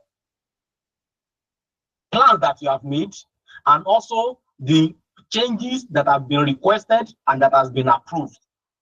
So what are the key tools you will use? The expert judgment. You can't execute without your skillful workers. So the expert judgment comes in, the skills will be done. You will be meeting, just know this, that you will be meeting your project team, either virtually or, physically. A lot of meetings, you'll be doing it. There are a lot of things you'll be using to communicate with them, okay? There's what we call Kanban board. Kanban board can be used so that they will know what are the outstanding jobs that we want to, the tasks, various smaller tasks that we have in our log, okay, the backlog that we want to actually do. What are the jobs that are ongoing? So you have something like this, okay?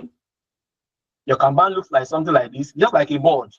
But we have a lot of softwares now that actually will show you this is your Kanban board. You can always move them from one. So it's just like a digital product of what you have. So these are the work to be done, the tasks to be done. These are the to be done tasks. This is the ongoing task.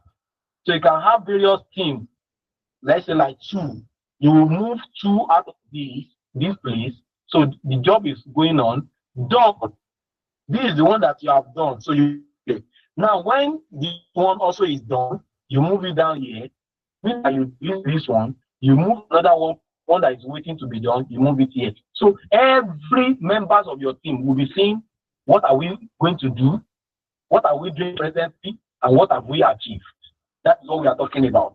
So meetings, stand-up meeting, we call it stand-up meeting, aside the kick-off meeting that you will do in the first stage of you begin to execute the project. But there will be a lot of stand-up meetings, a lot of reports will be coming on board to know if the project is going as planned, if the requirement is going as planned, if you are judiciously managing the resources, if you are working within the schedule.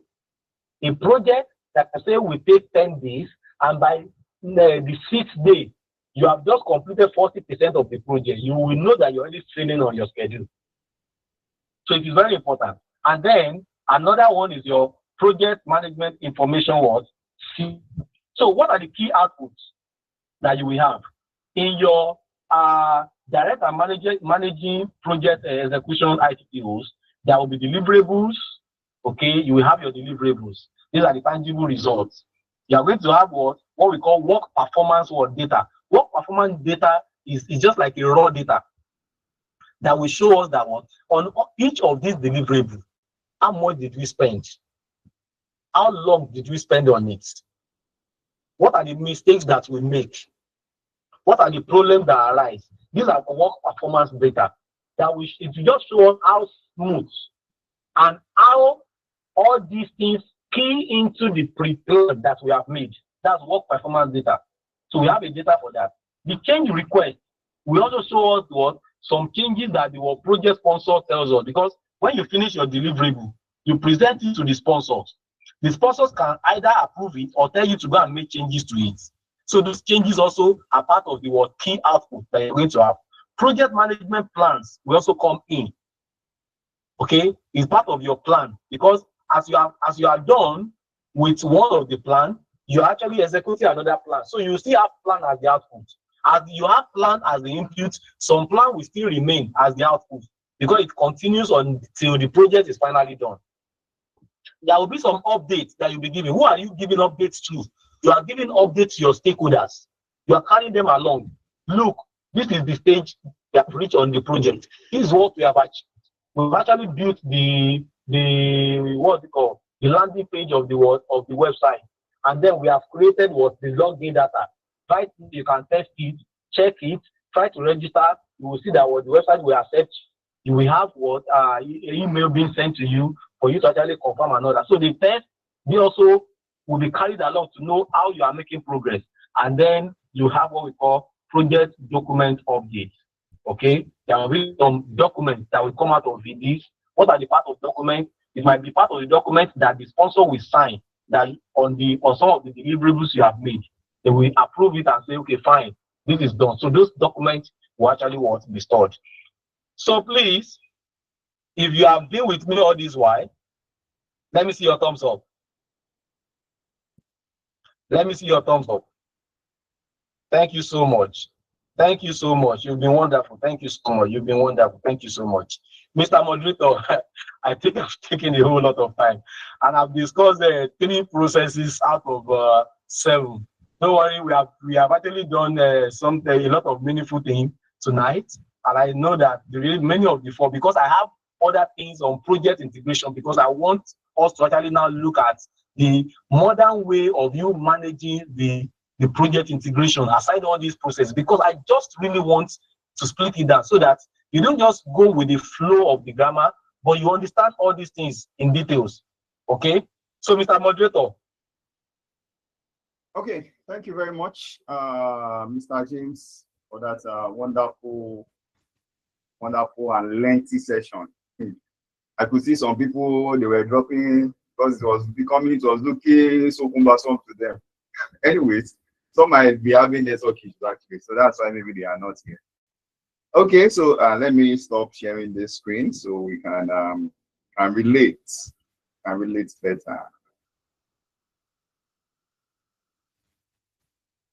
Okay, so like we did mention, project management is very broad, very broad, very tedious, and but trust me, if you really take your time and give pay attention to all that the trainer has been saying, you would really find it very much interesting. It's a very interesting field of study. Okay, so quickly let's go to questions. I want to believe, yes, we have a lot of people who have questions. So please, if you have questions, feel free to ask your question. We are here to attend to them. And I want to assume that, yes, a lot of us are actually taking notes, because it's really very important when you take notes. But I will do my best at the end of the class on the WhatsApp group. I will do some screenshots of some of the things that I covered today so we can have something to look at, because I've been getting reports that the material on display is not so clear and the likes. But not to worry, we just want your attention while the live class is ongoing. So I'll do my best to share some of the screenshots of some of the things that we taught, the trainer mentioned on this class. Okay, so quickly let's go to questions. So please, if you have your question, just signify by raising your hands. Then I will call on you. Questions. So let me see your hands. Just give me a thumbs up. Yeah, signify rather, not the thumbs up. Signify by raising your hand so we can get your questions. Okay. Someone is asking in the comment section, I'm confused with business case and project charter. Okay. I think that was well explained. But nonetheless, would still call on the resource person to give a quick insight into that. Okay. Someone signified. Just raise your hand if you have your question, so I can call on you, call out to you. So, and those who are joining us via the YouTube medium, you can as well drop your questions in the comment section. Let me check on that. See if we have that people have questions from there as well. Okay, how do I have access to yesterday's class? Yes, since you are live on the YouTube class, and you have subscribed to our YouTube channel, just look out for the live classes on our page. Then you'll be able to find yesterday's class. We have a folder or a playlist there on project management and professional. So just click on the playlist. You should have access to yesterday's class and that playlist. But make sure you subscribe to our YouTube channel to get that. Okay, and okay, let's go back to our Google Meet page. So do we have anyone with question? I'm not seeing anybody's hands. Okay, Bola Wahab, your question. Just a minute. Okay, your question is that you are confused with business case and project. Okay, let me give our resource person the chance to give a brief explanation to that. It's very straightforward, but let me allow him to do the honors. Mr. James, over to you, sir.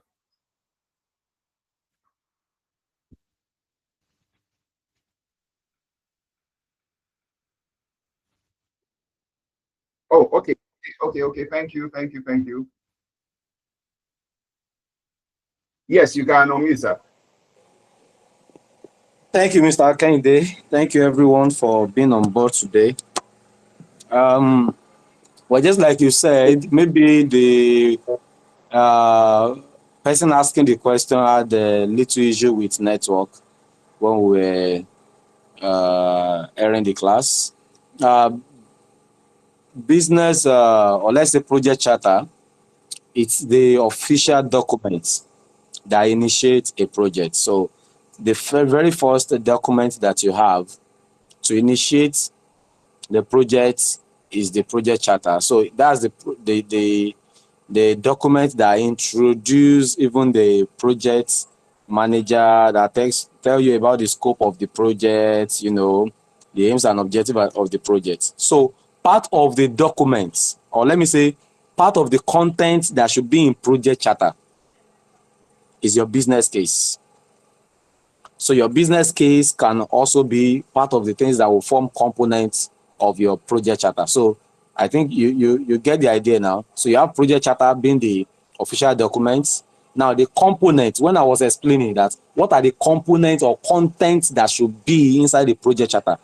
That was the time I was now explaining, alongside others, business case. And business case is what argues out if the project you're about to carry out is worthy of being carried out or not, based on business analysis. Okay, you can't take, for instance, there used to be era of tube TV, when they are using all these big tube TV. Okay, that's tube television sets. Now is the era of plasma, and you have some smart TV that are being used now. So suppose somebody come to meet you now and say that you want to venture into production of a tube TV. So how do you justify that based on the business case? Is it something that the world still wants?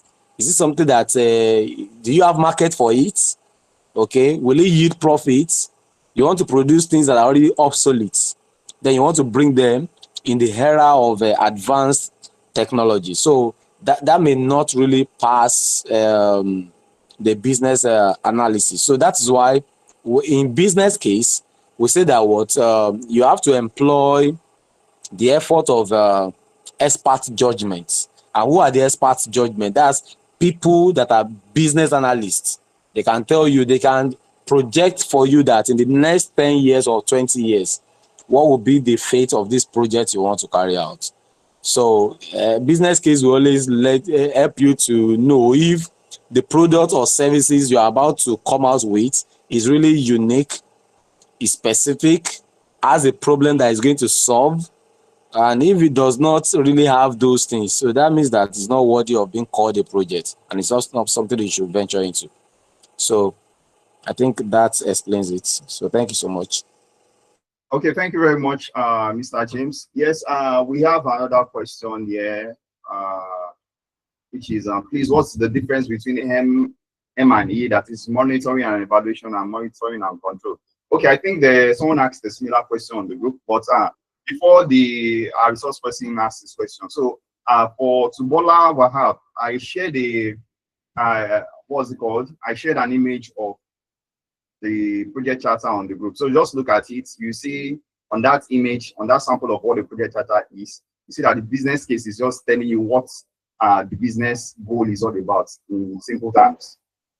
So that's one. So you can see other samples or examples of project charter online. So I will try as much as possible to still get some images on project charter and share on the WhatsApp group. So for better understanding, you see various formats, but they are actually diving or aiming towards the same goal. Okay, so please, what's the difference between M&E, that's monitoring and evaluation, and monitoring and control? Basically, there are no much difference, but let me allow our resource person to answer that. Mr. James, over to you, sir. I think I already explained this on the group. If the person asking this question is the person on the group, I already accept that the person wants to use a voice note for me to know if he has not seen that answer. It was asked on the group yesterday, and I already explicitly answered it. So it's still on the WhatsApp group. So the only thing that, because the question sound like it's coming from the same source, so if you want to use voice notes, maybe you should use your microphone to now explain if the answer I gave yesterday did not satisfy the question you're asking. Because I already explained that I gave you a lot of breakdown that there is no, it's just the usage of the terminologies. Okay, monitoring and controlling, you know, is the fourth process, okay, of project management. So it's the fourth process group. Let me use that word. It's the fourth process group in project management. So you have initiation of projects, you have planning of project, you have execution, and then when you execute, why do we have monitoring and controlling? You have to review what you have executed. Does it really, you know, is it giving you the required results? That is what you envisage to build. If you plan to build 3-bedroom flats, when you are done, we have to assess it. If you have followed the building diagrams, you know, all those kind of things. So that is where the review, monitoring and controlling comes. And when you are doing this, what you are practically doing is evaluating. You are evaluating the results, okay, with reference to the requirements that you have. It's just like a student that writes an examination. Okay, this is supposed to be the answer. So as the examiner that will mark, okay, I have the manuscript of what the answer should be. So I'm using the manuscript to compare with the answers you have put down to know the mark I will give you. So this is what you have built. But initially, these are the requirements. We have to now check if what you have built as a project aligns with what was actually required for you to build. So either you call it monitoring and controlling, either you call it what monitoring and evaluation, you're actually doing practically the same thing. It's only that in PMI, you will see monitoring and controlling.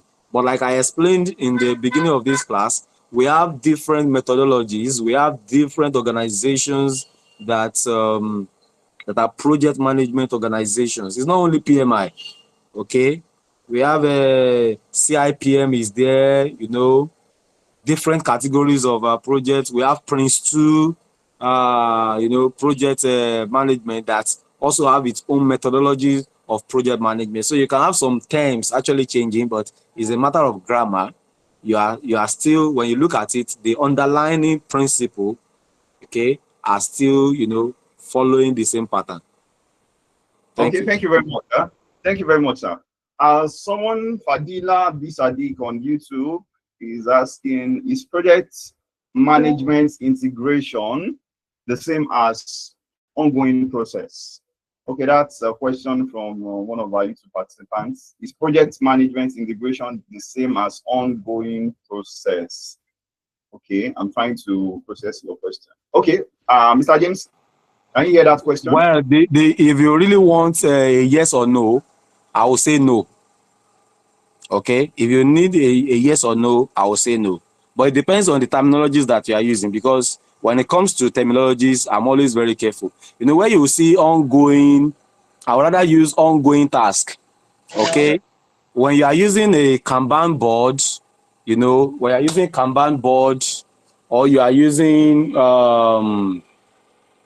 Kanban board just to like visualize, you are using some visual tools, some visual project management tools to know which task do we have, like our backlog that we are going to do, which task do we have that is ongoing, which task do we have that is done. We are still going to get there, because I'm going to practically talk about that when we are talking about project scope management. But project management integration is a knowledge area on its own that unifies, is the one that governs, you know, all other knowledge areas.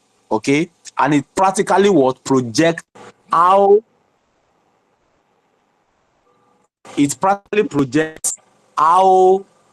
the project will, you know, the pattern that the project will actually what follow. So that's why I say that if project management integration is not properly done, it's going to affect a whole lot in the project. But when you say ongoing process, there are processes. Like I explained, there are project management what processes. Okay, so rather than using process, you rather use you know, ongoing task. Okay, ongoing you know, either sprints, okay, that you are doing. So that one is a term on its own. So it all depends. If you see this terminology somewhere, just or maybe in a project management document, just try to actually what, read up that document and understand what the terminology is talking about. Because I'm not I'm somebody that I don't like people getting confused on the usage of terminologies. But if you are talking about process as we know it, okay, in project management, no, process is as a is not the same with project management integration. So project management integration is a knowledge area, while we have processes. So even in project management integration itself, it has its own processes. There are processes in project management integration. There are processes you will follow in project scope management. There are processes you will follow in project schedule or time management. There are processes. So every knowledge area has its own processes. So that's how you should understand it. Why project management integration also have its own process. So that's the best way I can put that question. Okay, thank you very much, sir, for that response. In addition to that, I think ongoing tasks, you know, they are just simple tasks that are needed, or they are scheduled to achieve a desired result. So it's like the trainer did explain, it's quite different from project integration. So they are two different things. So let's take note of that. I think that helps. So I think lastly, we have one other question in the comment section. Jacinta, she says, kindly distinguish between political influence on projects and government regulations on projects regulation. Okay. So can you distinguish between political influence on projects and government regulations on project regulations? Okay, Mr. James, can you please, within a few seconds, give a response to that? Okay, so we have a terminology that we call enterprise environmental factor. That's EF. Enterprise environmental factor. Now, what you need to know is that the conditions that affect projects differ from one project to another. There are some projects that there may be some, because part of the EF, we have those that might actually be, you know, some that may be within the organization. There may be some factors within the organization that can affect a project, and there may be some factors outside the organization that may affect the project. That's what we call it, enterprise environmental factors. So as a project manager, you have to understand what are the factors that can affect this my project. For example, the kind of organogram that you run in an organization, okay, might actually have an effect. Okay, the organogram of the organization that is carrying out the project might have like effect on the on the project. I don't want to go in details with that or explain it. But let me move to the other one, which is the external environmental factors that can affect, okay? So the internal is talking about the factors within the organization. The external one is talking about outside. And part of the factors that are external, that's what we have, the government regulations, we have political view and everything. Now, you have to look at the projects. Will politics of the land affect it? Are there some rules that the government have actually said? For example, you want to carry out a business, maybe that kind of a project, maybe that kind of project requires a special approval from government. For example, like I still know in Nigeria, I don't know in other country, you can't just go to the government road, even if you have money, and say that you want to start what? Renovating the road.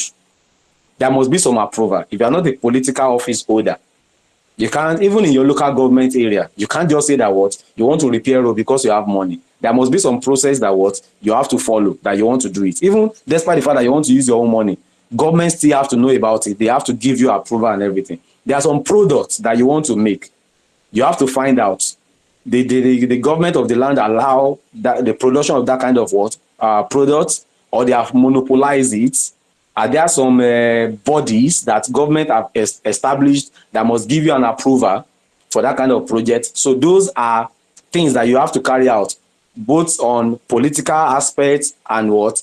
Government what? Rules and regulations. For example, if you want to go into production that would result to you releasing some gas, okay, maybe carbon monoxide or sulfuric gases into the atmosphere. There are regulations that govern all these things. That, okay, the release of this particular gas, maybe it's at this particular height, or this particular what company must not be built in, residential area. So there are so many things. So understanding the nature of the project will help you to know, are there some things that could be affected? You want to carry out a project that you know that it is only favorable in this current government that you have, and somebody that could project that, oh, power can change hand anytime or anything whatsoever. So if politics will affect your project, so you must also what? Work in life. For example, look at the Dangote refinery, okay, that was approved by a different government entirely. And it's so a project that will expand or encroach into another governance that, before it could actually come into reality. So somebody like that, Dangote, I believe that he must actually have that political view that, oh, by politics, a lot of things could go wrong when it comes to projects. If this government approve this project for me, if the political aspect of it is not being put in place, another government can come in. You can imagine you having a multi-billion dollars project, and another government just come in and just rubbish it and say that, no, I'm not giving approval. I want to revoke the license that was issued out to you by the former government. So these are things, but in political effect on project, they are high-class projects, and you have to really think about it when you have a project like that. So it's, yes, we have it being accounted for in project management. It is under EEF, that's environmental enterprise environmental factors that affect projects, either internally or externally. Thank you. Thank you very much, Mr. James, for the response to those questions so far. Yes, our time is far spent. I want to appreciate everyone who has stayed up until now in this class, the day 2 of this 3-week-long project management course.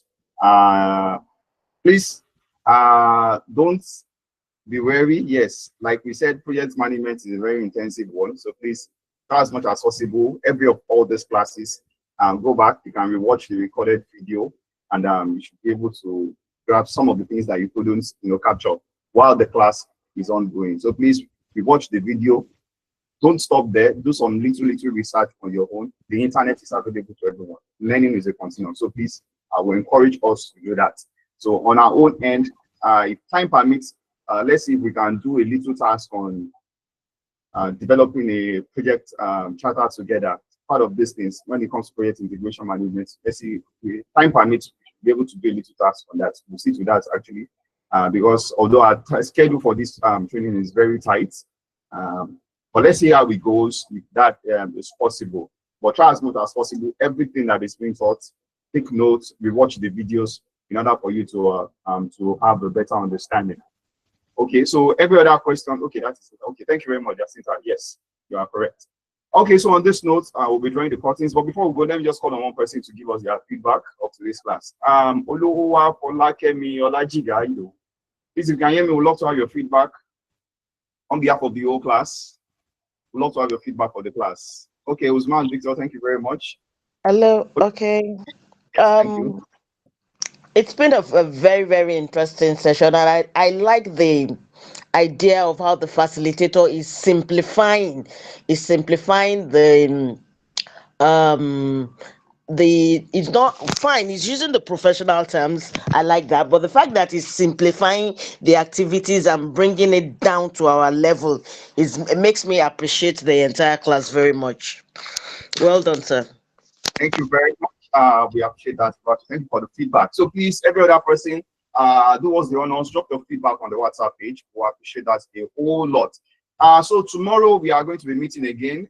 Tomorrow, let's see how far we can go with project integration. If we are able to conclude project integration tomorrow, then you'll be getting your first assessment on what has been taught so far in tomorrow's at the end of tomorrow's class. So please let us take notes and watch out for that. So on this note, we'll be drawing the curtain. So we are going to meet in the same time tomorrow. Please, if you have not subscribed to our YouTube channel, please endeavor to do that. Just click on the YouTube link. There are videos that we have dropped on the WhatsApp group. Click on the link, then just locate the subscribe button, so you'll be able to follow up on every of those recorded classes that we drop at the end of every class. So thank you very much, everyone. Thank you for those who have joined us on the group, on the YouTube channel. So till we meet again tomorrow, we are going to be using the same classroom link. So for everyone who is always asking, what's the link for today's class? The same classroom link is what we'll be using throughout the whole course. So thank you very much, everyone. So do have a productive and a blessed day ahead. Bye-bye for now.